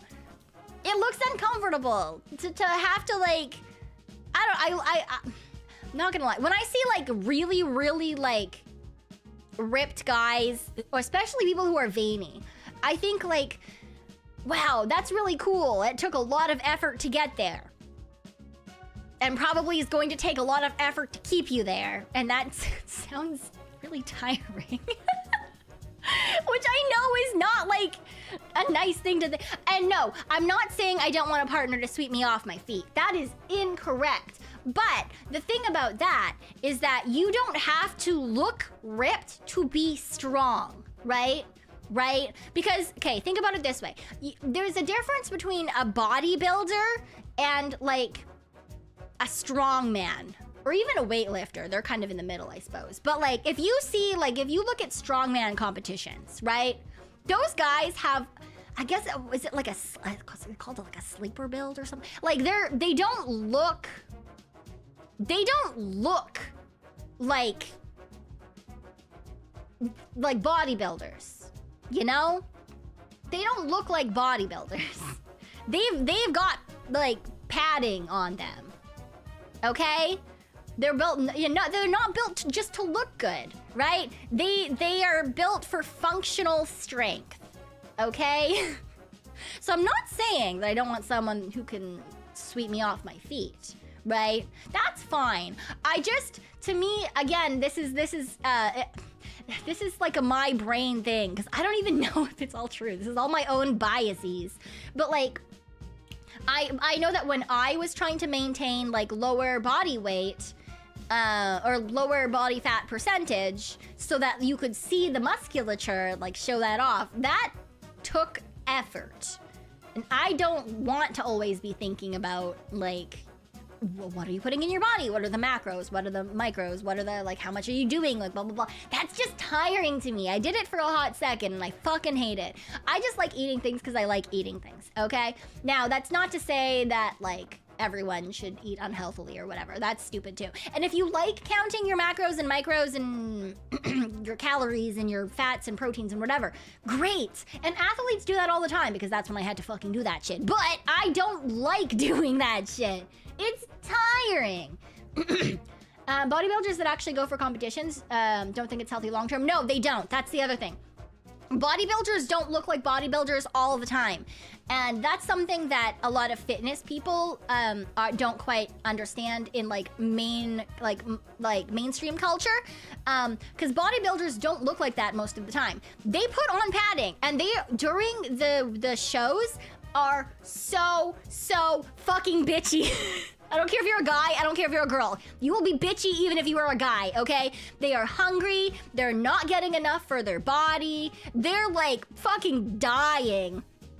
Okay, they dehydrate themselves for shows. They do, right? Like you cut down to like nothing, which is why you can see every single like strain of the muscles, okay? And they're so angry all the time, all right? So like maybe that's why in my head, like I just have this thing about like if you look like obviously muscular and you look like you're maintaining it, and that's all I can think about. I'm like, wow, I feel like this person's gonna be really bitchy.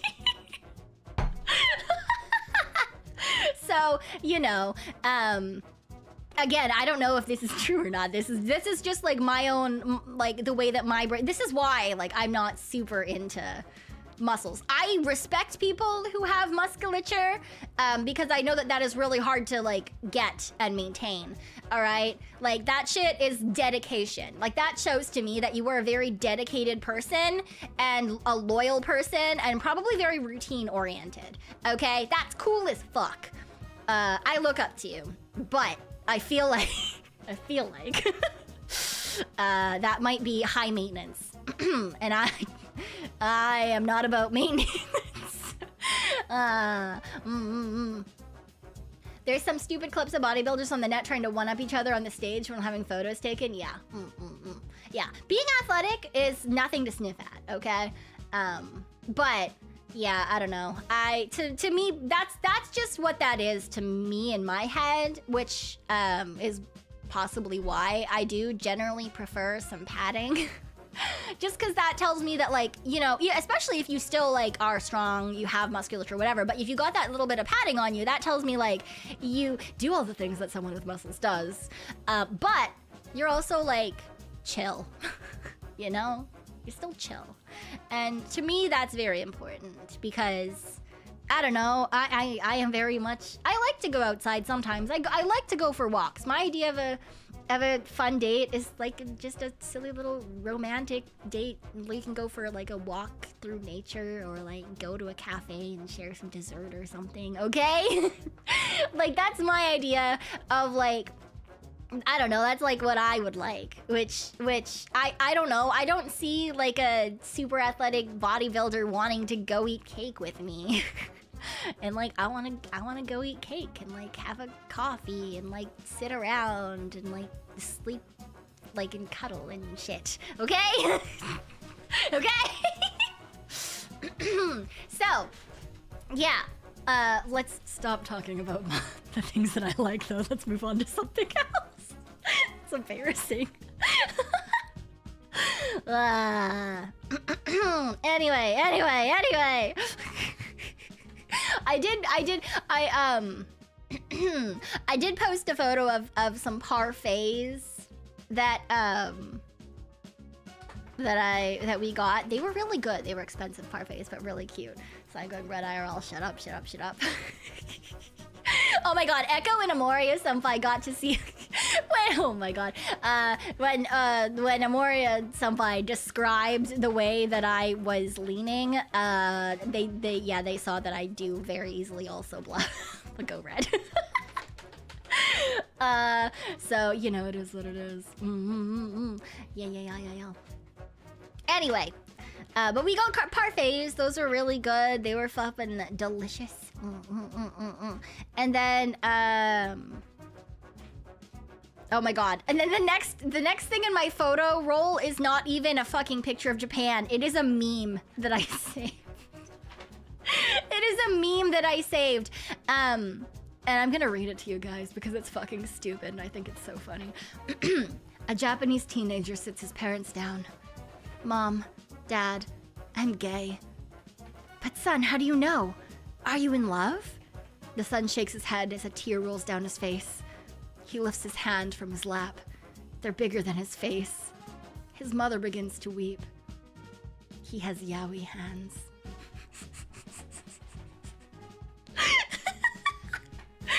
It's so stupid, but I thought it was so funny. Anyway, those of you who don't know what yaoi hands are probably going, what the fuck are you talking about? But, you know. So, in old school yaoi, which is like old school BL, for some reason, hands were just drawn fucking massive. Just so big. For no reason. And they don't do that anymore, obviously. But for some reason, in old school yaoi, that was like a really, like a constant thing. So I saw that and I just was like, I fucking burst out laughing. I thought it was so fucking funny. Because it's not even like, it's not that he's ever like liked a boy.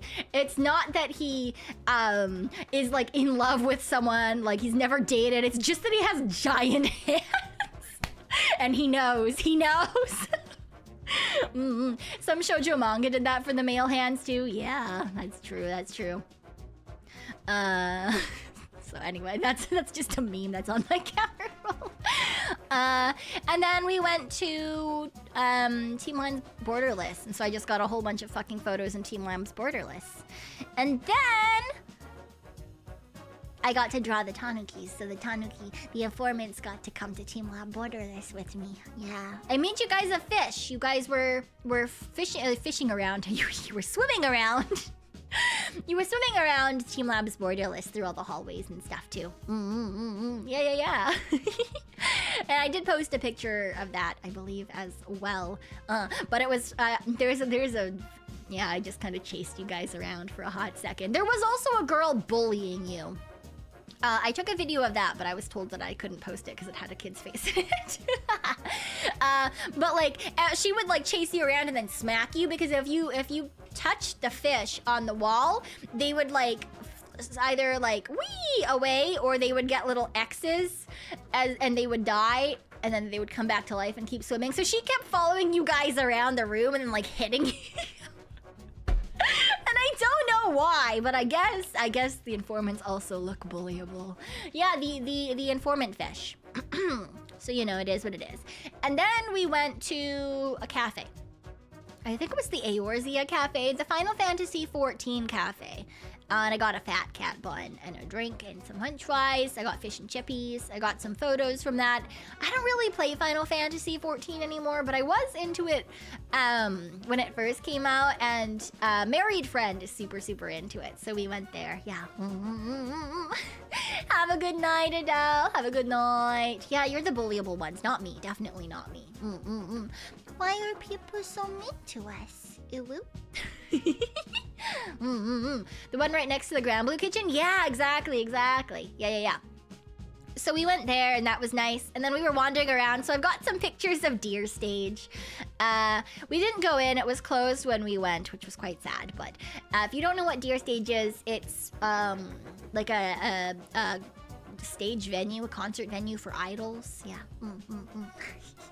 I did get to see an idol perform, or a performance? Concert? Nah. I got to see idols whilst I was there too, and that was really fun as well. It was a really good time. And then we went and got sushi on a conveyor belt. That was really good too. But it wasn't like a go in circles conveyor belt anymore, because they changed it with the panini. So it just came directly to you on the conveyor belt, and I was really tempted to steal other people's sushi, and I kept getting told not to do it.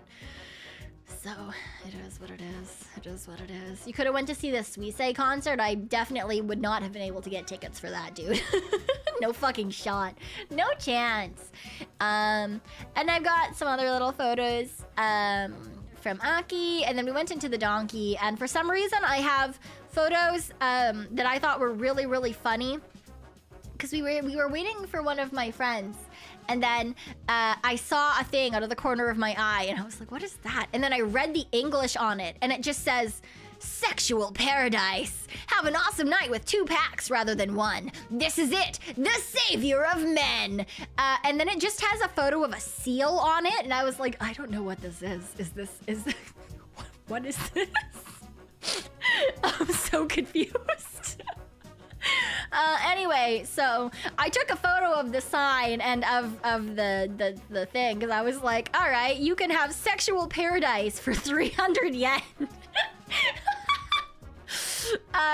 So I didn't buy it, but I did take photos of it. I just thought it was really fucking funny. I was like, why is this? What does this exist? Why is this in like a random? If you haven't been to a donkey, it's essentially like a department store. They just have random stuff. And so like I bought like some blind bags and I got some Ghibli stuff and I was looking at, that's where I got the Hololive protein bars. And I was just like chilling and hanging out. And then I was like, what in the world is fucking happening here? What is happening here? But yeah, so that existed. How did you not buy it? The desire to know, mainly because I didn't want to stand in line again. Honestly, I'm not gonna lie. That's mainly it. But I did take pictures. And then I got some other things. Is that some sort of reference? I don't know. How much protein is in those bars? I also don't know. I didn't look.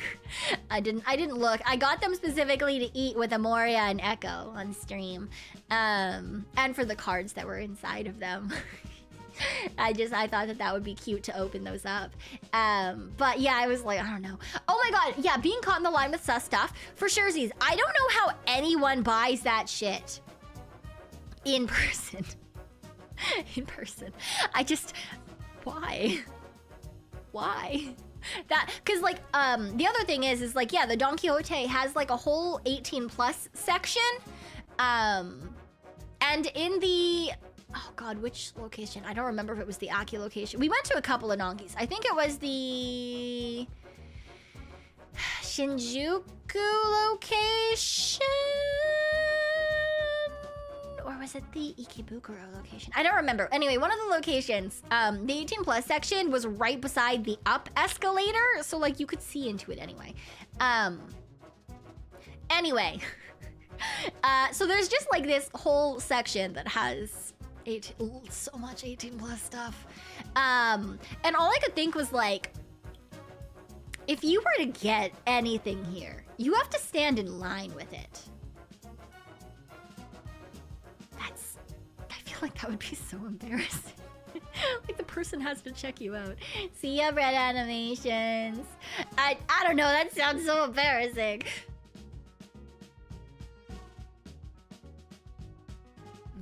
No. Because you can't like cover it. They have to like scan it and stuff. I don't know. Stand in line with confidence, establish dominance. Absolutely not. Absolutely not. Oh, you're into that, right? Oh my god. Imagine standing in line and a guy behind you asks what you're buying. I know. I'm curious, how would you feel if you were shopping and saw a merch or cutout of you? I would be super confused and happy, and then I would buy it. Have a good day, Martin. Thank you for the welcome. Yeah. Walked around cons with H-books in a bag before? Yeah, but they're in a bag! That's different! It's different! You have to... There's no bag for you to walk around the store with. You just have to hold it. Oh my god. It's just there. It's just there. It's just there. That's so embarrassing. Oh. These are just other random people. I don't want to subject them to my random 18+ shit. That's embarrassing. Like if you're just at a store that just has that stuff, fine, whatever. That's what you're there for. Everyone is there for that. That's, you know, that's the purpose of the store. But in a donkey, where like someone could just be going in for face wash. Someone's going in to get cute anime merch. Someone went in to get a t-shirt that day. And then they're just standing in line with you.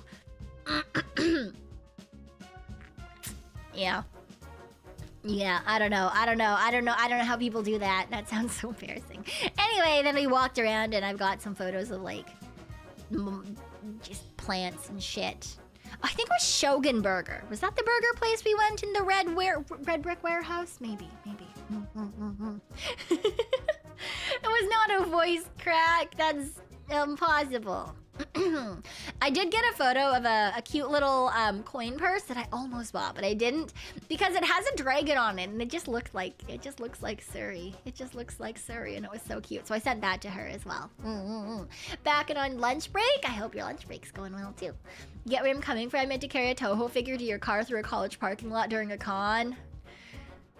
What kind of Toho figure are you worried about? Did I record everywhere you eat at and had a snack? No, not everywhere. That would have been too much, I think. Oh, and we did Halloween at Golden Guy. And if you don't know what that is, it's like it's a very small bar district, very crammed with all these tiny little super cool bars. Used to be that they were very foreigner unfriendly. Some of them are now apparently more foreigner friendly, but I don't know.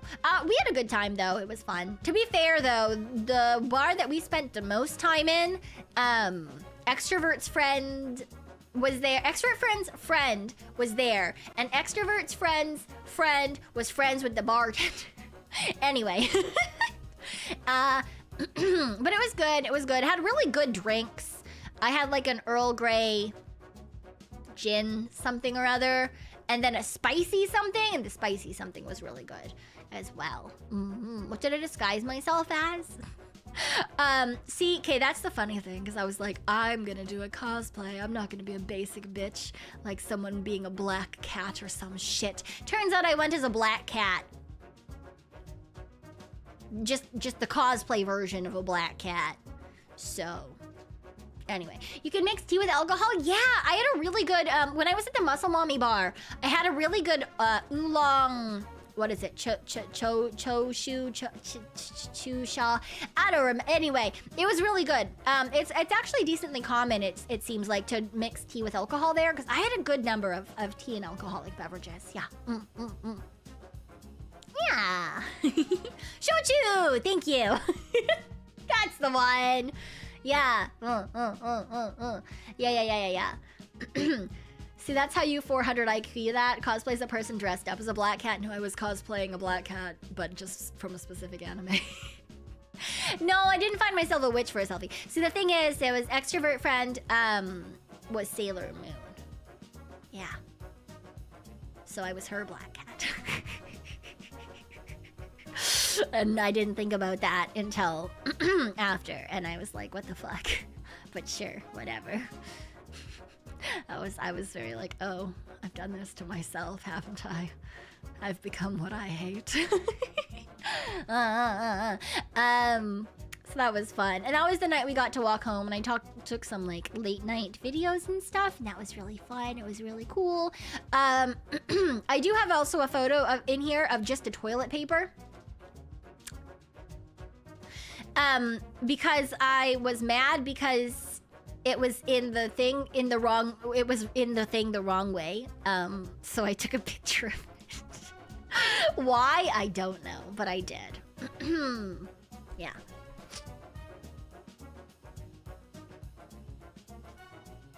The backwards toilet paper. So I took a picture. Monkey has thrown $25.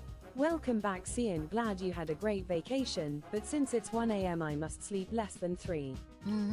Have a good night, Nate. Thank you for the 25. Thank you. I hope you have a good sleep. Yes. Gotta go touch some normie grass. I hope you have a good day, Jedrickson. Have fun. Yeah. And then the next ones are all videos and photos from the shrine that we went to. I think Meiji Jingo Shrine? ? Meiji Jingu Shrine? Yeah, in Shibuya. I was right. I got the name. Haha. Anyway, it was really nice, really pretty.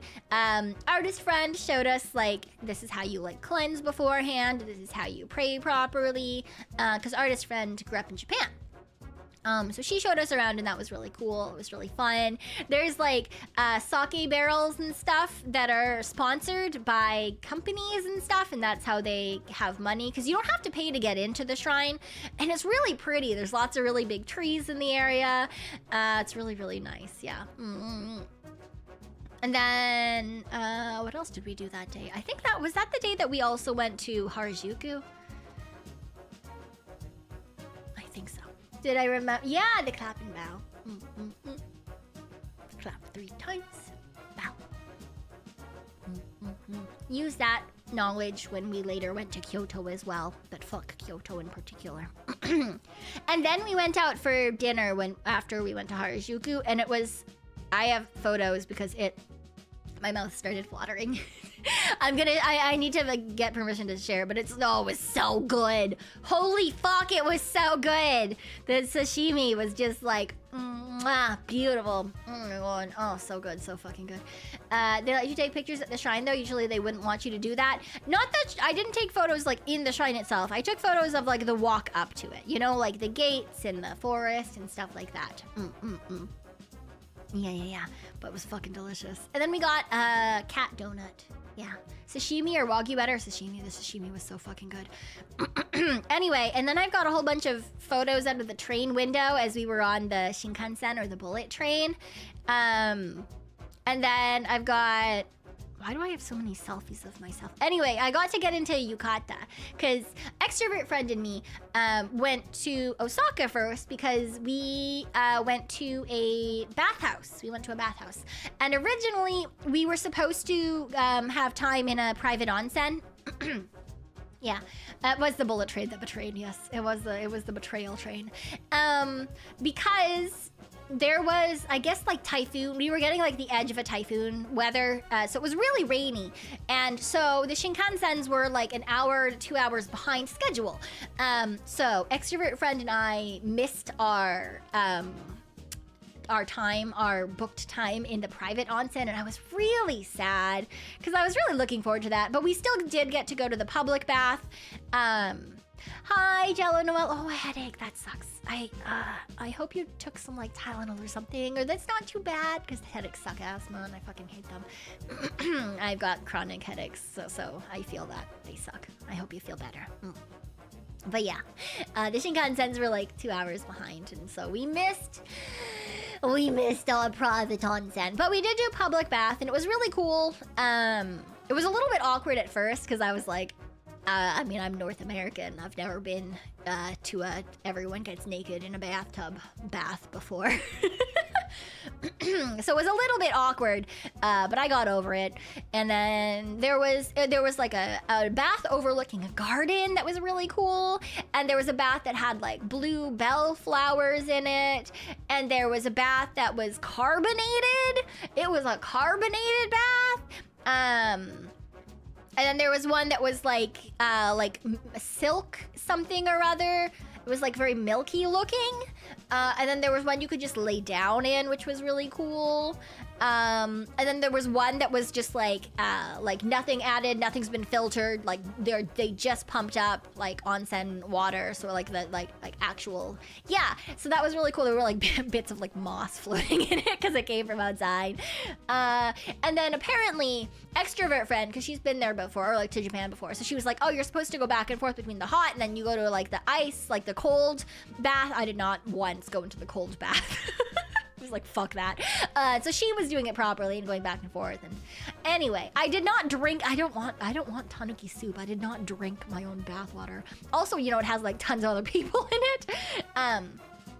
But yeah, it was really cool. I've never like been to a place like that before, so that was a really neat experience. And then we put the yukata back on and we walked around outside because they did have like a really nice like garden area, and I got some video of that. Hopefully I'll be able to put that in.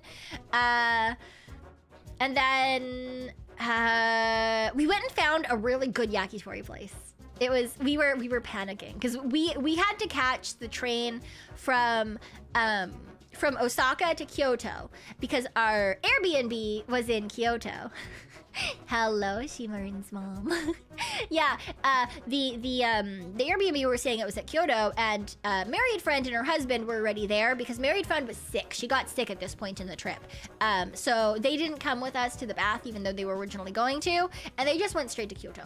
And so me and extrovert friend were like, oh, it's fine. And we like wandered around, and I've got some really cool pictures of her, and I've got one of like a cat in an alley. I think, did I post that? I don't remember if I did. It was really cool. Anyway, so we were wandering around, and then we were like, oh fuck, we need to catch the train and eat. So we like went to a yakitori place. We just like Googled like late night food Osaka. I think literally the best chicken I've had in my entire life. The best chicken I've ever had in my entire flipping life. It was so good. It was so good. And I'm really sad that we had to catch the train because I would have gotten more, and the people there were really nice, and yeah, it was really sad. But we booked it for the train. We caught the last train. We got to Kyoto. The taxi driver in Kyoto was a really angry old man who was really pissed that there were 2 gaijins in his taxi. He was not very nice to us. He refused to type the address into his GPS system, even though I showed him the address in proper Japanese because it was an Airbnb. And so instead, he made me search for it on my phone, and then took my phone and used my phone to find the place so I could not have one. Also, he got pissed because I've got a privacy screen on my phone, so he couldn't see it. And then he got mad again because the directions were in fucking English, because of course they were. Anyway, so my phone was up front with him, and I was really anxious. I don't like taxis anyway. I get really anxious. Same with Ubers. I am always on my phone with maps open if I am in someone else's car that I don't know. So I was not having a good time of it. Thankfully, it was a really short ride. It was like a 7-minute taxi ride, but like I was like, the entire time. Anyway, it was not fun. And then he dropped us off in the wrong place. And, yeah, so like we got out of the taxi, we had to find our way to the place. There was a little alley that we had to walk through to get to the Airbnb we stayed at, and it just had spiders on the top, and I was like, oh no, spiders. But the Airbnb itself was beautiful. It was absolutely gorgeous. It was fantastic. It was just this little like traditional place. We stayed in Cyon. And yeah, so it was like tatami, and we slept on the floor on like the little rollout beds, and it was really, really nice. It was very cool. And then yeah, so we got to wander around there. It was really fun. I liked the nights. Because then it was like, it's essentially empty at night, right? There's not a ton of people. So I have lots of night photos in Kyoto. I went down to the riverbank and I sat by it and pretended I was an anime character. There was a really cool animal cafe there. They had like 40 cats. They're like a rescue thing. You can adopt the cats. And yeah, they had more than 40 cats, and they had Tanuki. So I got to go pet a Tanuki. I got to go pet my brother-in. And then also that day I was wearing a skirt, and apparently the cats really like skirts because they just literally, I was swarmed. I had like half of the cats in this place just like in and on my skirt. And at one point, I was like sitting down and they all came in, and some of them were under my skirt and some of them were on my skirt. And I couldn't stand up because there were so many cats on and around my skirt that they like, I couldn't get off the ground. So I had to be saved by the employees there. Yeah. Mm-hmm. And then, yeah, so the reason that I really didn't like Kyoto though was just it's really like kind of hypocritical of me, but there were too many tourists. There were too many tourists. And they were really rude. They were incredibly rude. At some points, there were just tourists getting off of buses, and they would stand there and block the entire sidewalk. They did not care.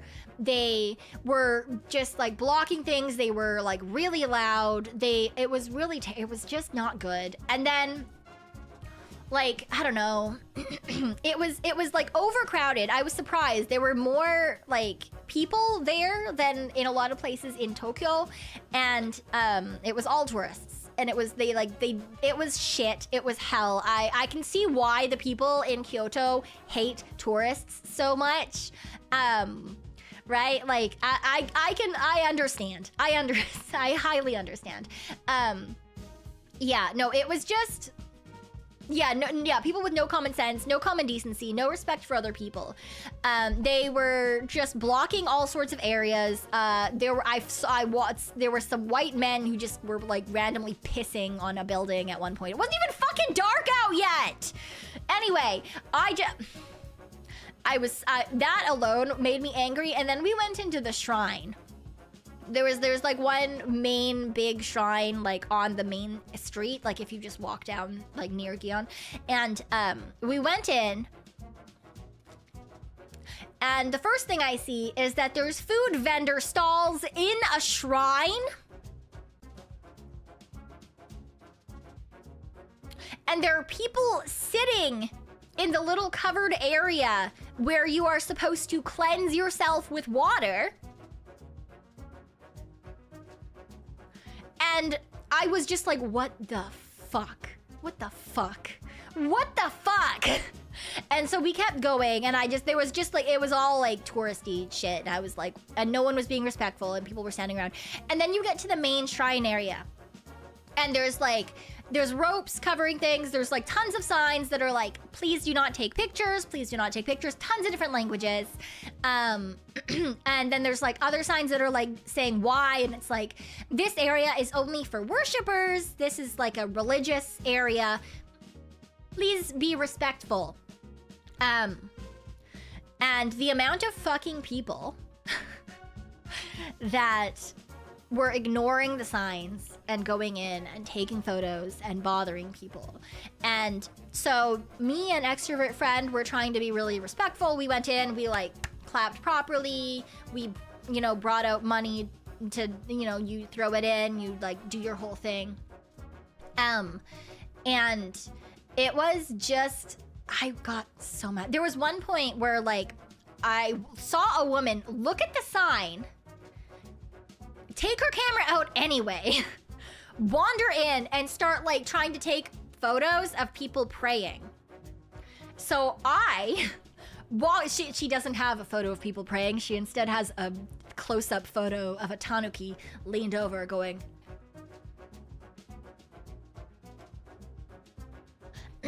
Anyway, and then I was about to tell her off, but a security guard came over and kicked her out instead. And so I went back and I prayed again because I was like, I'm in here anyway. Anyway, just this poor security guard was having to do overtime. It was so bad. Extrovert friend is the same way. We're both very like you don't fuck with other people's shit, okay? Like you can talk bad about me all you want. I don't give a fuck. You talk bad about people that I care about, I give a fuck. And it's kind of the same thing when it comes to like, I think that everyone should have there's like a specific like bare minimum line of respect, and especially if you're in another area, like you need to respect their cultures and their traditions to at least some extent, okay? And going into a place of worship and ignoring the like only place you're not allowed to take photos of people praying, like what the fuck is wrong with you? So yeah, I was so angry the entire time, and so was extrovert friend, and we kept going around and looking at shrines, and yeah, there was like food stalls and tourists being pieces of shit, and at one point there was a girl like hanging off one of the gates, like doing a TikTok thing, and I just take out phone, use Google Translate with the camera to read the sign. You didn't need to. There was a fucking photo of a camera with a cross through it, but also there were signs in like English and German and Chinese and Korean and like tons of languages. And it just made me so angry. So like, I don't know. Like, I'm sure Kyoto, it was beautiful at night when there were no tourists around and they were all sleeping in their fucking hotels and shit, okay? But I can understand, I can see why the people of Kyoto are so, like, angry with tourists, because I was a tourist, and so I know it's hypocritical, but, like, the whole time I was just like, I fucking hate these people. I fucking hate these people. These people are terrible. They're the worst. I was so angry the entire time. So I wasn't mad when we got scammed at one point. We were only there for like 2 nights, I think.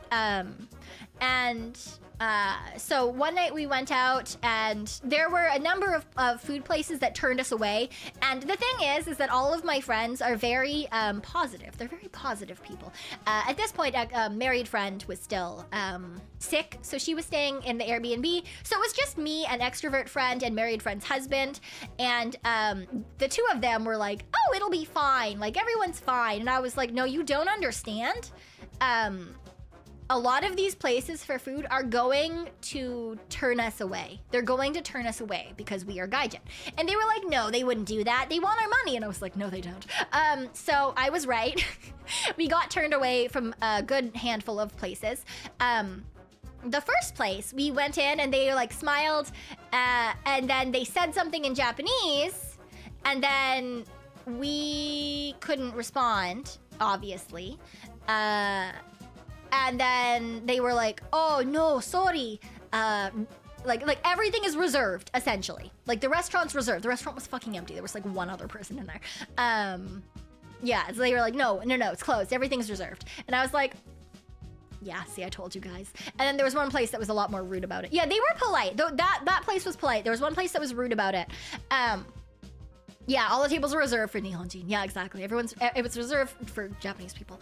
And then, so I was like, okay, we literally need to go to a foreigner-friendly place. Because that's the thing, is I was like, there are bars that are foreigner-friendly, restaurants that are foreigner-friendly. We need to go to one of those. And my friends were like, no, we want we want the Japanese experience. And I was like, we're not gonna get that here.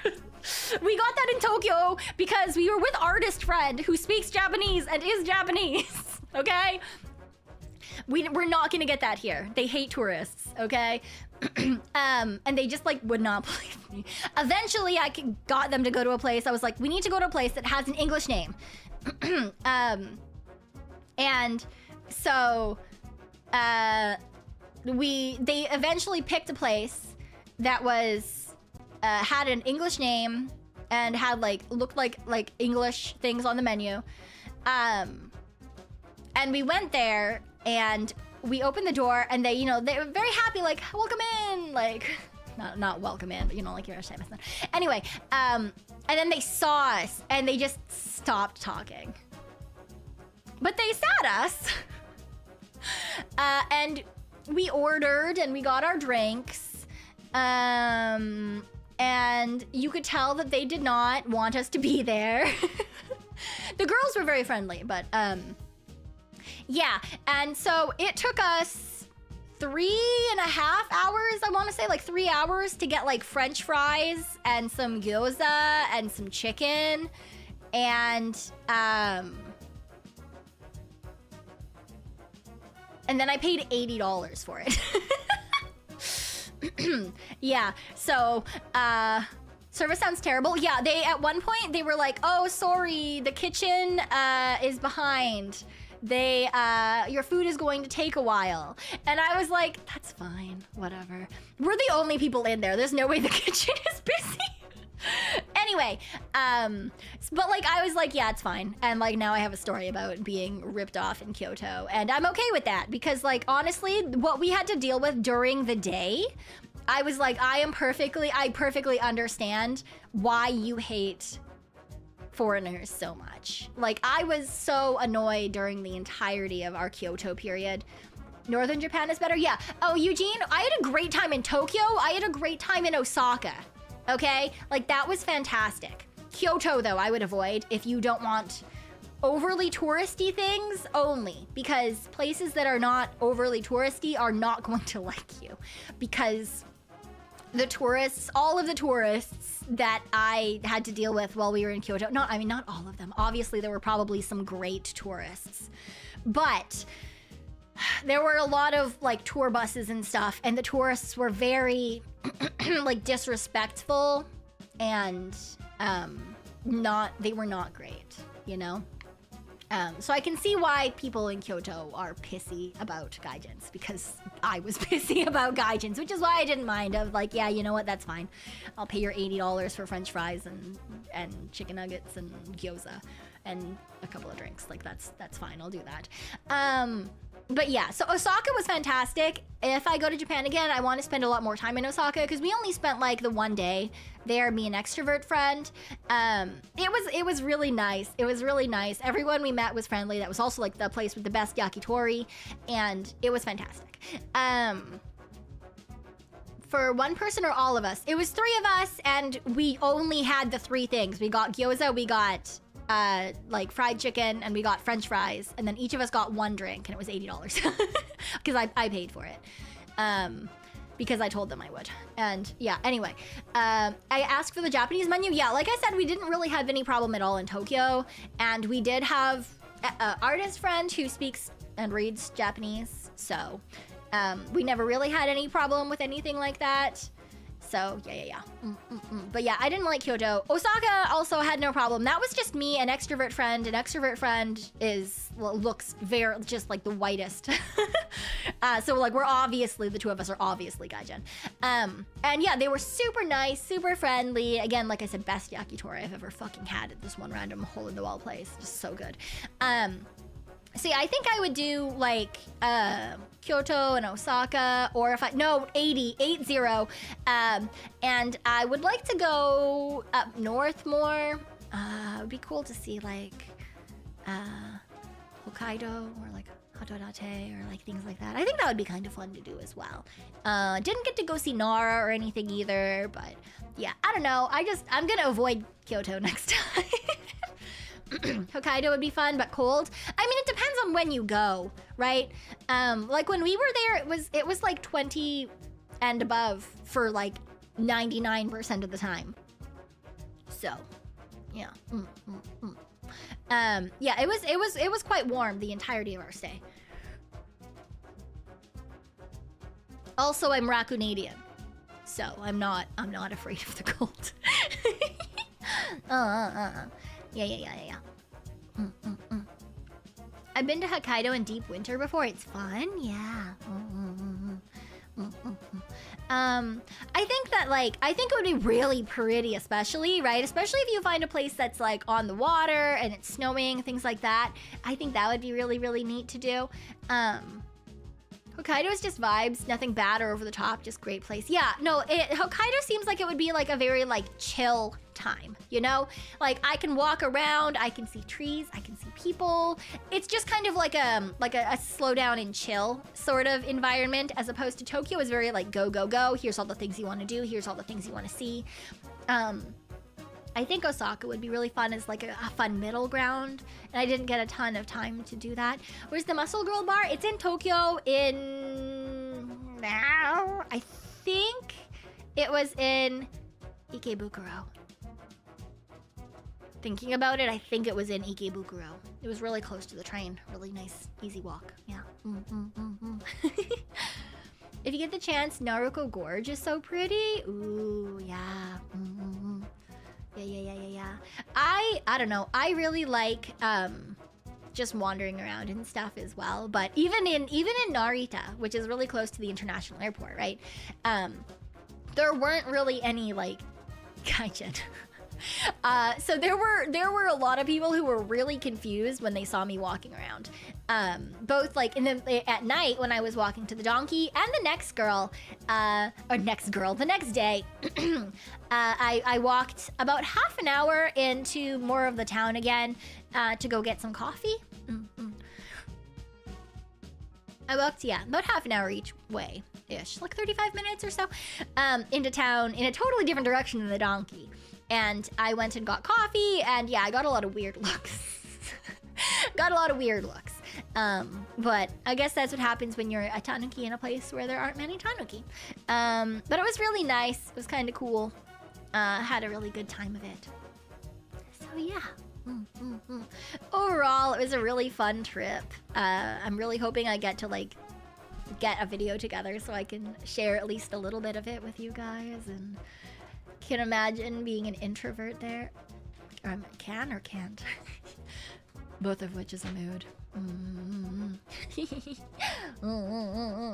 Yeah, you get used to it? Yeah, I would assume so for sure, Z's. Not the same you get as animal in this. Yeah. That's the thing. it's kind of interesting like that for surezies. But you know, it's really not a problem because it is just understanding that, yeah, like you are a sore thumb in a place that has like a very homogenous culture and society until recently. So don't go out in Tokyo unless it's at night because there's a lot less people. Yeah, that makes sense. That makes sense. I mean, it was my first time there, so we were doing a lot of stuff that was open just during the day as well. But yeah, kind of bummed me out for my own trip. Feels really against tourists. No. Again, Tokyo, fantastic. Osaka, fantastic. I had such a fucking good time. Kyoto was its own problem.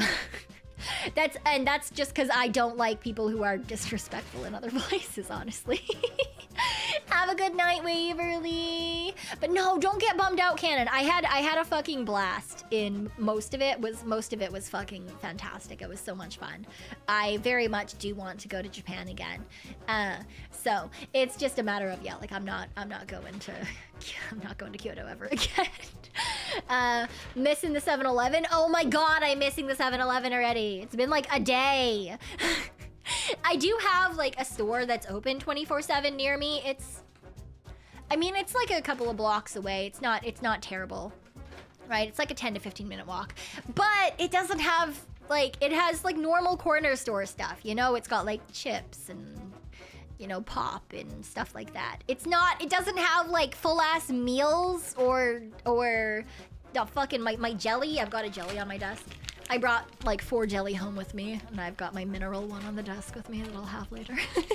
Yeah, the fami jiki and the curry buns, and I wish you will yearn for Lawson's karage from time to time. Yeah. It is. Did I enjoy it? I did. I had such a fucking great time. I would love to go back again. But I would like to spend a little bit of time either with myself, just me in Tokyo, or with people who are less extroverted. Just cause, yeah, a lot of my friends that I went with they're very like, let's go see people, let's go do things, like I've planned the day, here's what we're doing, and I was like, I just kind of want to chill and like walk around and look at the area. So next time I think that I would want to go with more like downtime type of people. I would also like to see VTubers. I was really sad. I was really excited originally. I was gonna go see like Elia and the Videre girls and some other people, and I was really excited. And then we learned last minute because we didn't really talk about days. We just both knew that we were gonna be in Japan around the same time. But like I came in on the day that they left, and I was like, no. So that was sad, but I'd love to be able to go with VTubers next time or something. That would be fun. Miss them by a day. Yeah, I was same, like we joked about like high-fiving in the air on the airplanes, but yeah. And like I could go by myself next time now thinking about it, but I was very anxious about going in general because I've never been before. And I was very sad. So not sad, very anxious in general. Because yeah, I've never been anywhere outside of America by myself. And I have not been on like an actual vacation that didn't have like convention purposes. That wasn't a family vacation in ever. So this was like my first actual like adult vacation. And I didn't really want to go by myself, you know? But now I'm a little bit more, I figured I can actually get around Tokyo pretty well. I picked up enough that like I can do things on my own, or like I have apps that like help with things, so it was fine. I was a lot more comfortable in Japan than I was in South Korea, actually. Even though I had a Moria Senpai to translate everything in South Korea. I don't know, because I didn't know like any Korean. I was like, I'm fucking everything up every time I went anywhere. Whereas like in Japan, like I knew like a good amount to like get over things. But yeah, I don't know, it was really fun. Oh yeah, I did go to Korea as well. I popped into Korea to visit Amoria Senpai and Echo. Yeah. Mastering the subways is a skill in and of itself. Honestly, I take a lot of transit even in Rakunadia. So at first, like the first day I was there, I was really, really worried about transit. After that, I wasn't. I was like the designated train person. And like I have a really bad sense of direction, but once I've been somewhere, I don't forget how to get somewhere. I can get there really quickly. So, yeah, it was like by like the third day, I had everything pretty much under my belt already, and I could like, I'm like, oh, okay, I could use my phone for this, and like once I've been somewhere, it's not a big deal. And so by the end of it, like, cause going back for the one day into Narita, I was alone for that, and I had a lot of fun, just like wandering around and exploring and chilling, and yeah. So I don't think I would mind at least part of a next Japan trip being on my own, but I think I do prefer with other people. Also, it's cheaper with other people because you're not paying for the place you're staying by yourself all the time or whatever. But yeah, going to Seoul in Jan-Feb. Don't understand in Korea like you do with JP. Yeah. I'd say, like, you know, try to pick up a little bit of it. I kept fucking up, though, because I was so used to the Japanese. I kept, like, accidentally, like, ari, thank you. Or being like, kado. And they were like, what? And I was just like, card, please. Haha. Yeah, you know, because, like, coffee in Japan is like, L size, take away. Card kudasai, like paying with card, right? It's just like, So I kept trying to do that, and I was like, it's not how you do it here. You say fucking cardo, and they're like, who the fuck are you?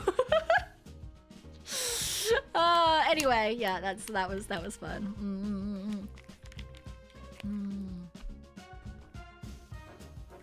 Delicious grape jelly with minerals. Yum. What do they say in Korea? I don't fucking know. I went out once on my own in Korea because I was like, I don't trust myself again. So I just stayed inside until Amoria Senpai wanted to hang out. Yeah. I went back into anxious shell instead. Imagine if Pay by Kado was Korea for the North will conquer you. That would be terrible.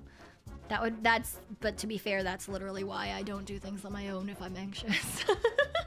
Because I'm always worried I'm gonna fuck up terribly for no reason. One time drinking at a bar in Tokyo, forgot the word for Czechs who asked for biru, got a beer. Yep. Yep. Apparently if you just make a little X with your fingers, a lot of places take that as like, I'm done, I want the check. Yeah. Yeah. Because that's what Extrovert Friend did a lot. Instead of like actually verbally saying that we were done and she wanted the bill, she would just make a little X, and she was like, yeah, I got taught this by Artist Friend. The word is cheku. Yeah. Yeah, there's a lot of like Anglicizations, question mark. So you just have to know like what words are and aren't, right? Because like, for example, soy milk in Japanese is tonyu, right? But they don't say tonyu if you want soy milk in your coffee. It's soy milk. So, you know, it is what it is, right? Make the shape of a card with your hands, yeah. But yeah, even if you don't speak the language, if you can like do enough to get by and you're polite, they're perfectly okay with that for the most part, at least from what I experienced. Even when I went and got coffee on my own in Narita, yeah, because I walked over, I got my coffee, they didn't speak anything. And they didn't speak English, I didn't speak Japanese very well at all. But I still ordered my coffee, and I asked for soy milk, and they like big X with their arms, and I was like, gyunyu, okay. And they were like, okay. So I got gyunyu, with just cow milk. But it's fine, you know? Yeah. Some words from Germany, like part-time work being arubito. Yeah. But there's a lot of things, and it was a lot of fun, and yeah, you just kind of do as you do. Book off separated registers for books and CDs. Yeah. Just make the soy face and point at your coffee. What the fuck is soy face? What does that mean? Oh my god. Anyway, did you meet family members? I did. I got to see some Tanukis. I pets them. They were fluffy undercoats. They were not fluffy overcoats. Yeah.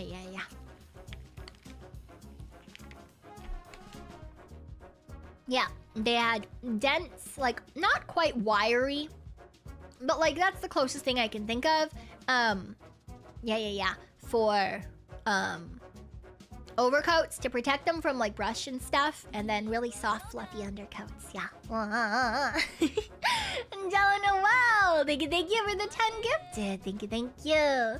I appreciate it. Thank you. If you did get hit by one of those, please do make sure to thank our lovely Jello Noel and welcome on in. Yeah. Mom is confused as to why I have ears but look human. I am a Tanuki. Yes. I also have a tail. I do also have a tail. Yeah. I am a Tanuki phantom thief. Here, wait, let me.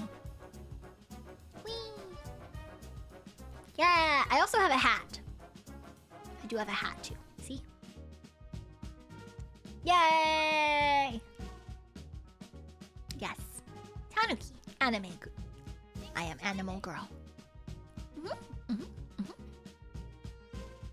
I also have a little guy, my friend. His name is Pompon, but he is a raccoon. Yes.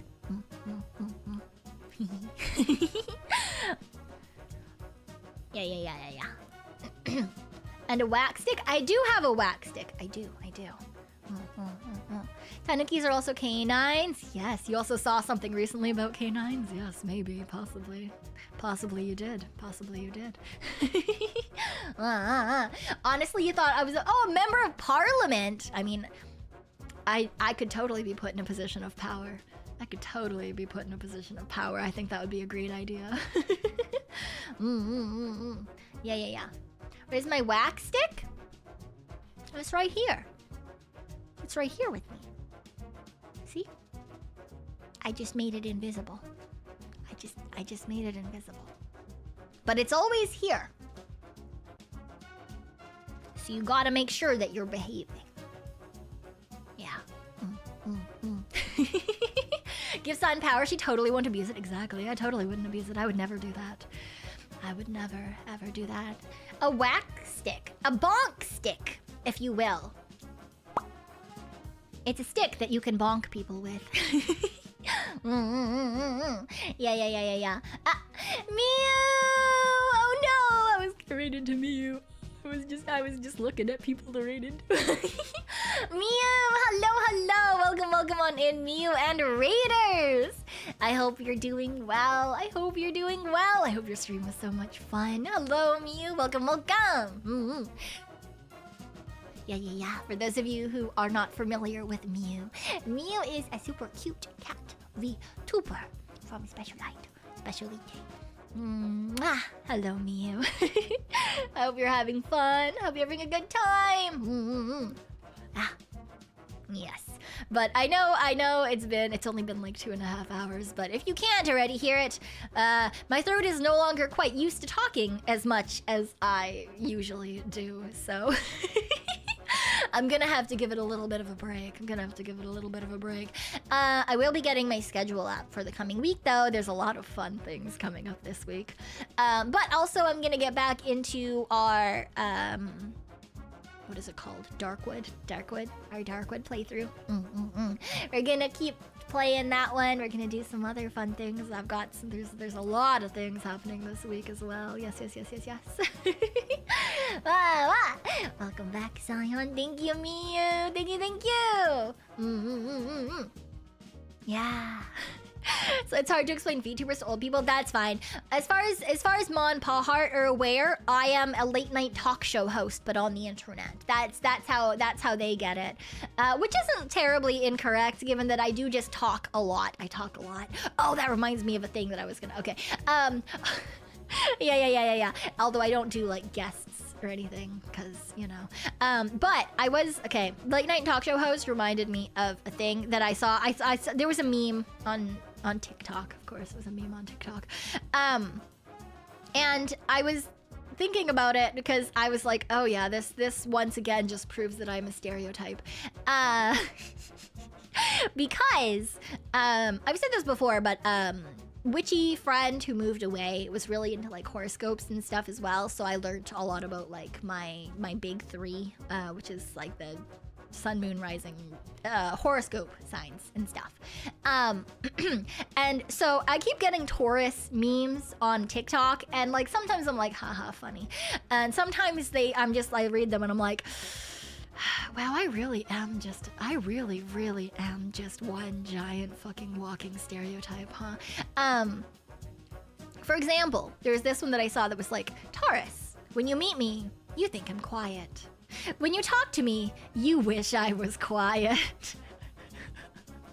I was like, what the fuck? That's so rude. Not incorrect, but so fucking rude. No! Everyone's reading good. Me trying to slowly end stream. Other people, hello! Hi, Pam! Hello, I hope you had a good stream. I hope you had a good stream! Hi. Welcome. Yes, I love Pam. I got to meet Pam once. She's very cute. She's always very cute. If you don't know, Pam does a lot of really fun collaborations. She does like Nikkei voice acting things and singing concerts and stuff. Pam is very cute. Yes. Jello Noel, thank you for the 5 gifted. Thank you. If you did get hit by one of those, and I do see some people who are here get hit, please thank our lovely Jello Noel and welcome on in. Sorry, I'm so awkward. Fucking same, Pam, though. Like, fucking same. That's such a mood. Oh my god. Her concerts are fire and the voice acting hits. Yes, exactly. Pam is fantastic because she's so good at like networking and like meeting new people and introducing people to each other too. Yeah, she's always a good time. So if you see her streaming and you haven't checked her out, you definitely should as well. Yes. Yeah, sorry for Pam and your community who have just come in. I was just kind of finishing off on some silly Taurus memes that TikTok gave me that I was like, these apply to me, and I hate that because I'm just a stereotype. Yeah. There was one that was like, I love holding hands and cuddling with one person. Everyone else, don't touch me. I fucking hate being touched. And I was like, yeah. And then there's one that's, I'm basically just a hopeless romantic with a dirty mind who has really high standards. And I was like, fucking, I've already outed my fucking the informants already know that anyway, dirty mind is true. Hopeless romantic is, I don't show that very often, but every once in a while that comes out. I try to keep that hidden, generally speaking. I find it vaguely embarrassing. But I was like, oh, that's not wrong either. Yeah. It's like, I got 3 rules. Don't lie to me. Don't use me. And if you're tired of me, let me know. Very true. Yeah. It's very accurate. Uncanny levels of accurate. I know! You see? I'm just a fucking stereotype! Anyway, then there's one that's like, what's on my mind? And it's just a wall of text in tiny printing so you can't read any of it. And then what I say, never mind, I'm okay. I'm just getting called out by fucking Taurus memes. I hate that. It's like, I don't have a type. If I like you, I like you. And if I like you, you're pretty special because I hate everyone. Which is also true. Yeah. My favorite thing is doing exactly the opposite of what everyone tells me to do. I sleep a lot because being alive is stressing me out. Yep. I feel like I'm getting ruder by the day, but I can't help it. I'm just getting sick and tired of humans in general. Raccoons too! Getting sick and tired of raccoons too. It's not just humans. Humans are pretty okay. At least my informants are pretty okay.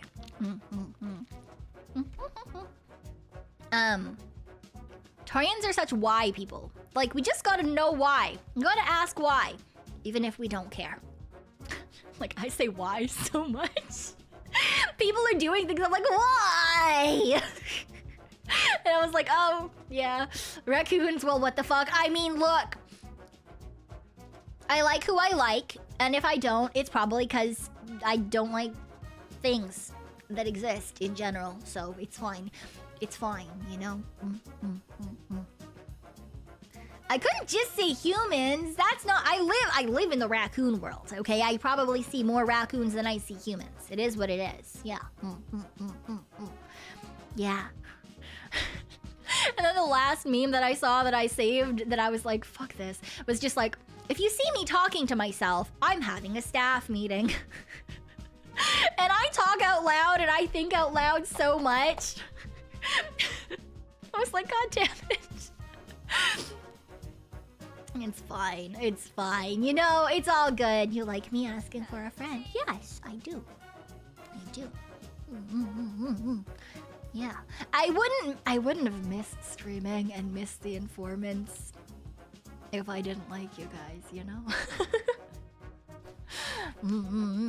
I say it probably a decent amount too much, but I do really appreciate. I think that I guess anyone who's like rated in, you guys can like cover your ears.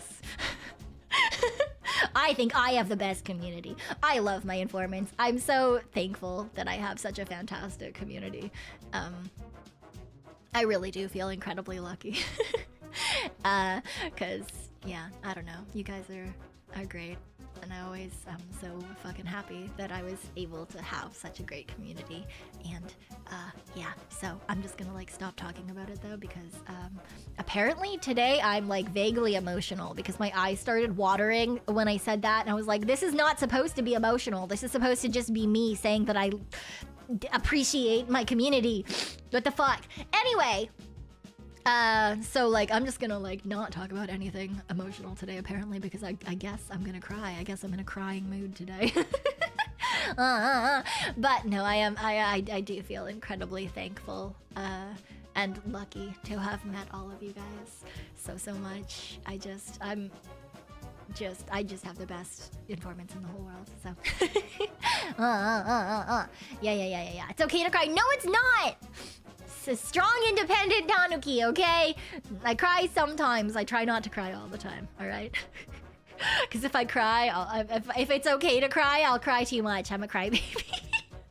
I cry when I watch TV shows. I cry when I read things. I cry when... Oh my god, you guys...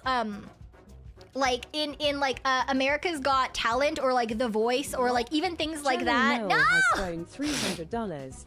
Just between us, we also have the best VTuber. Nice to have you back.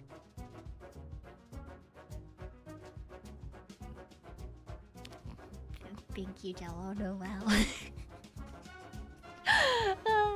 Thank you for the dono and for the kind words. I honestly, sometimes I question. I do question. Like, why do the informants like me?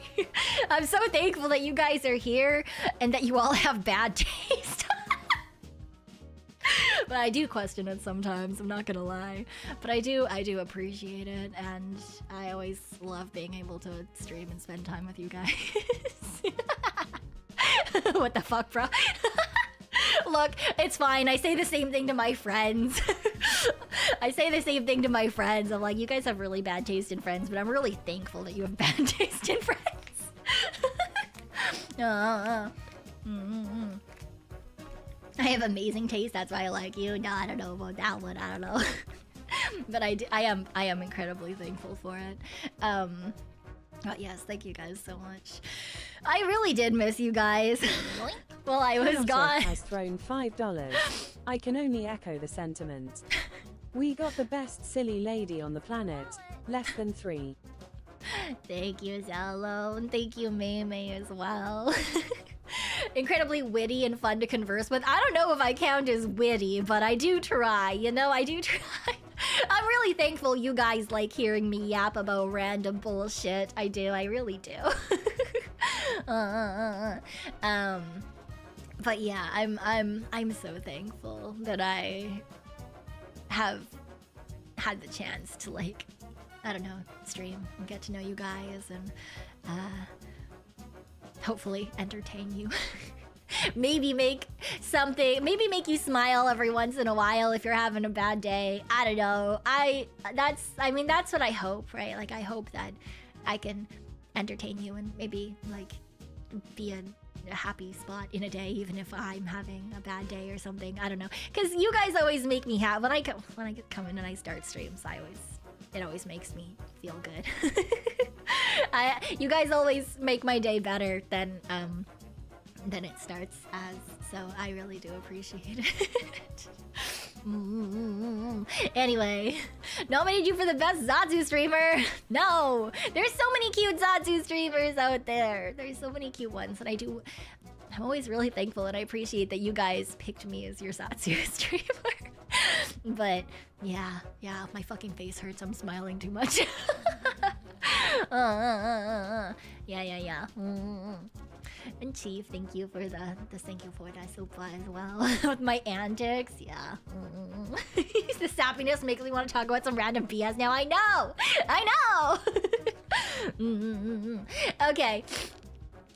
Before my face falls off from smiling or I start crying or both, possibly.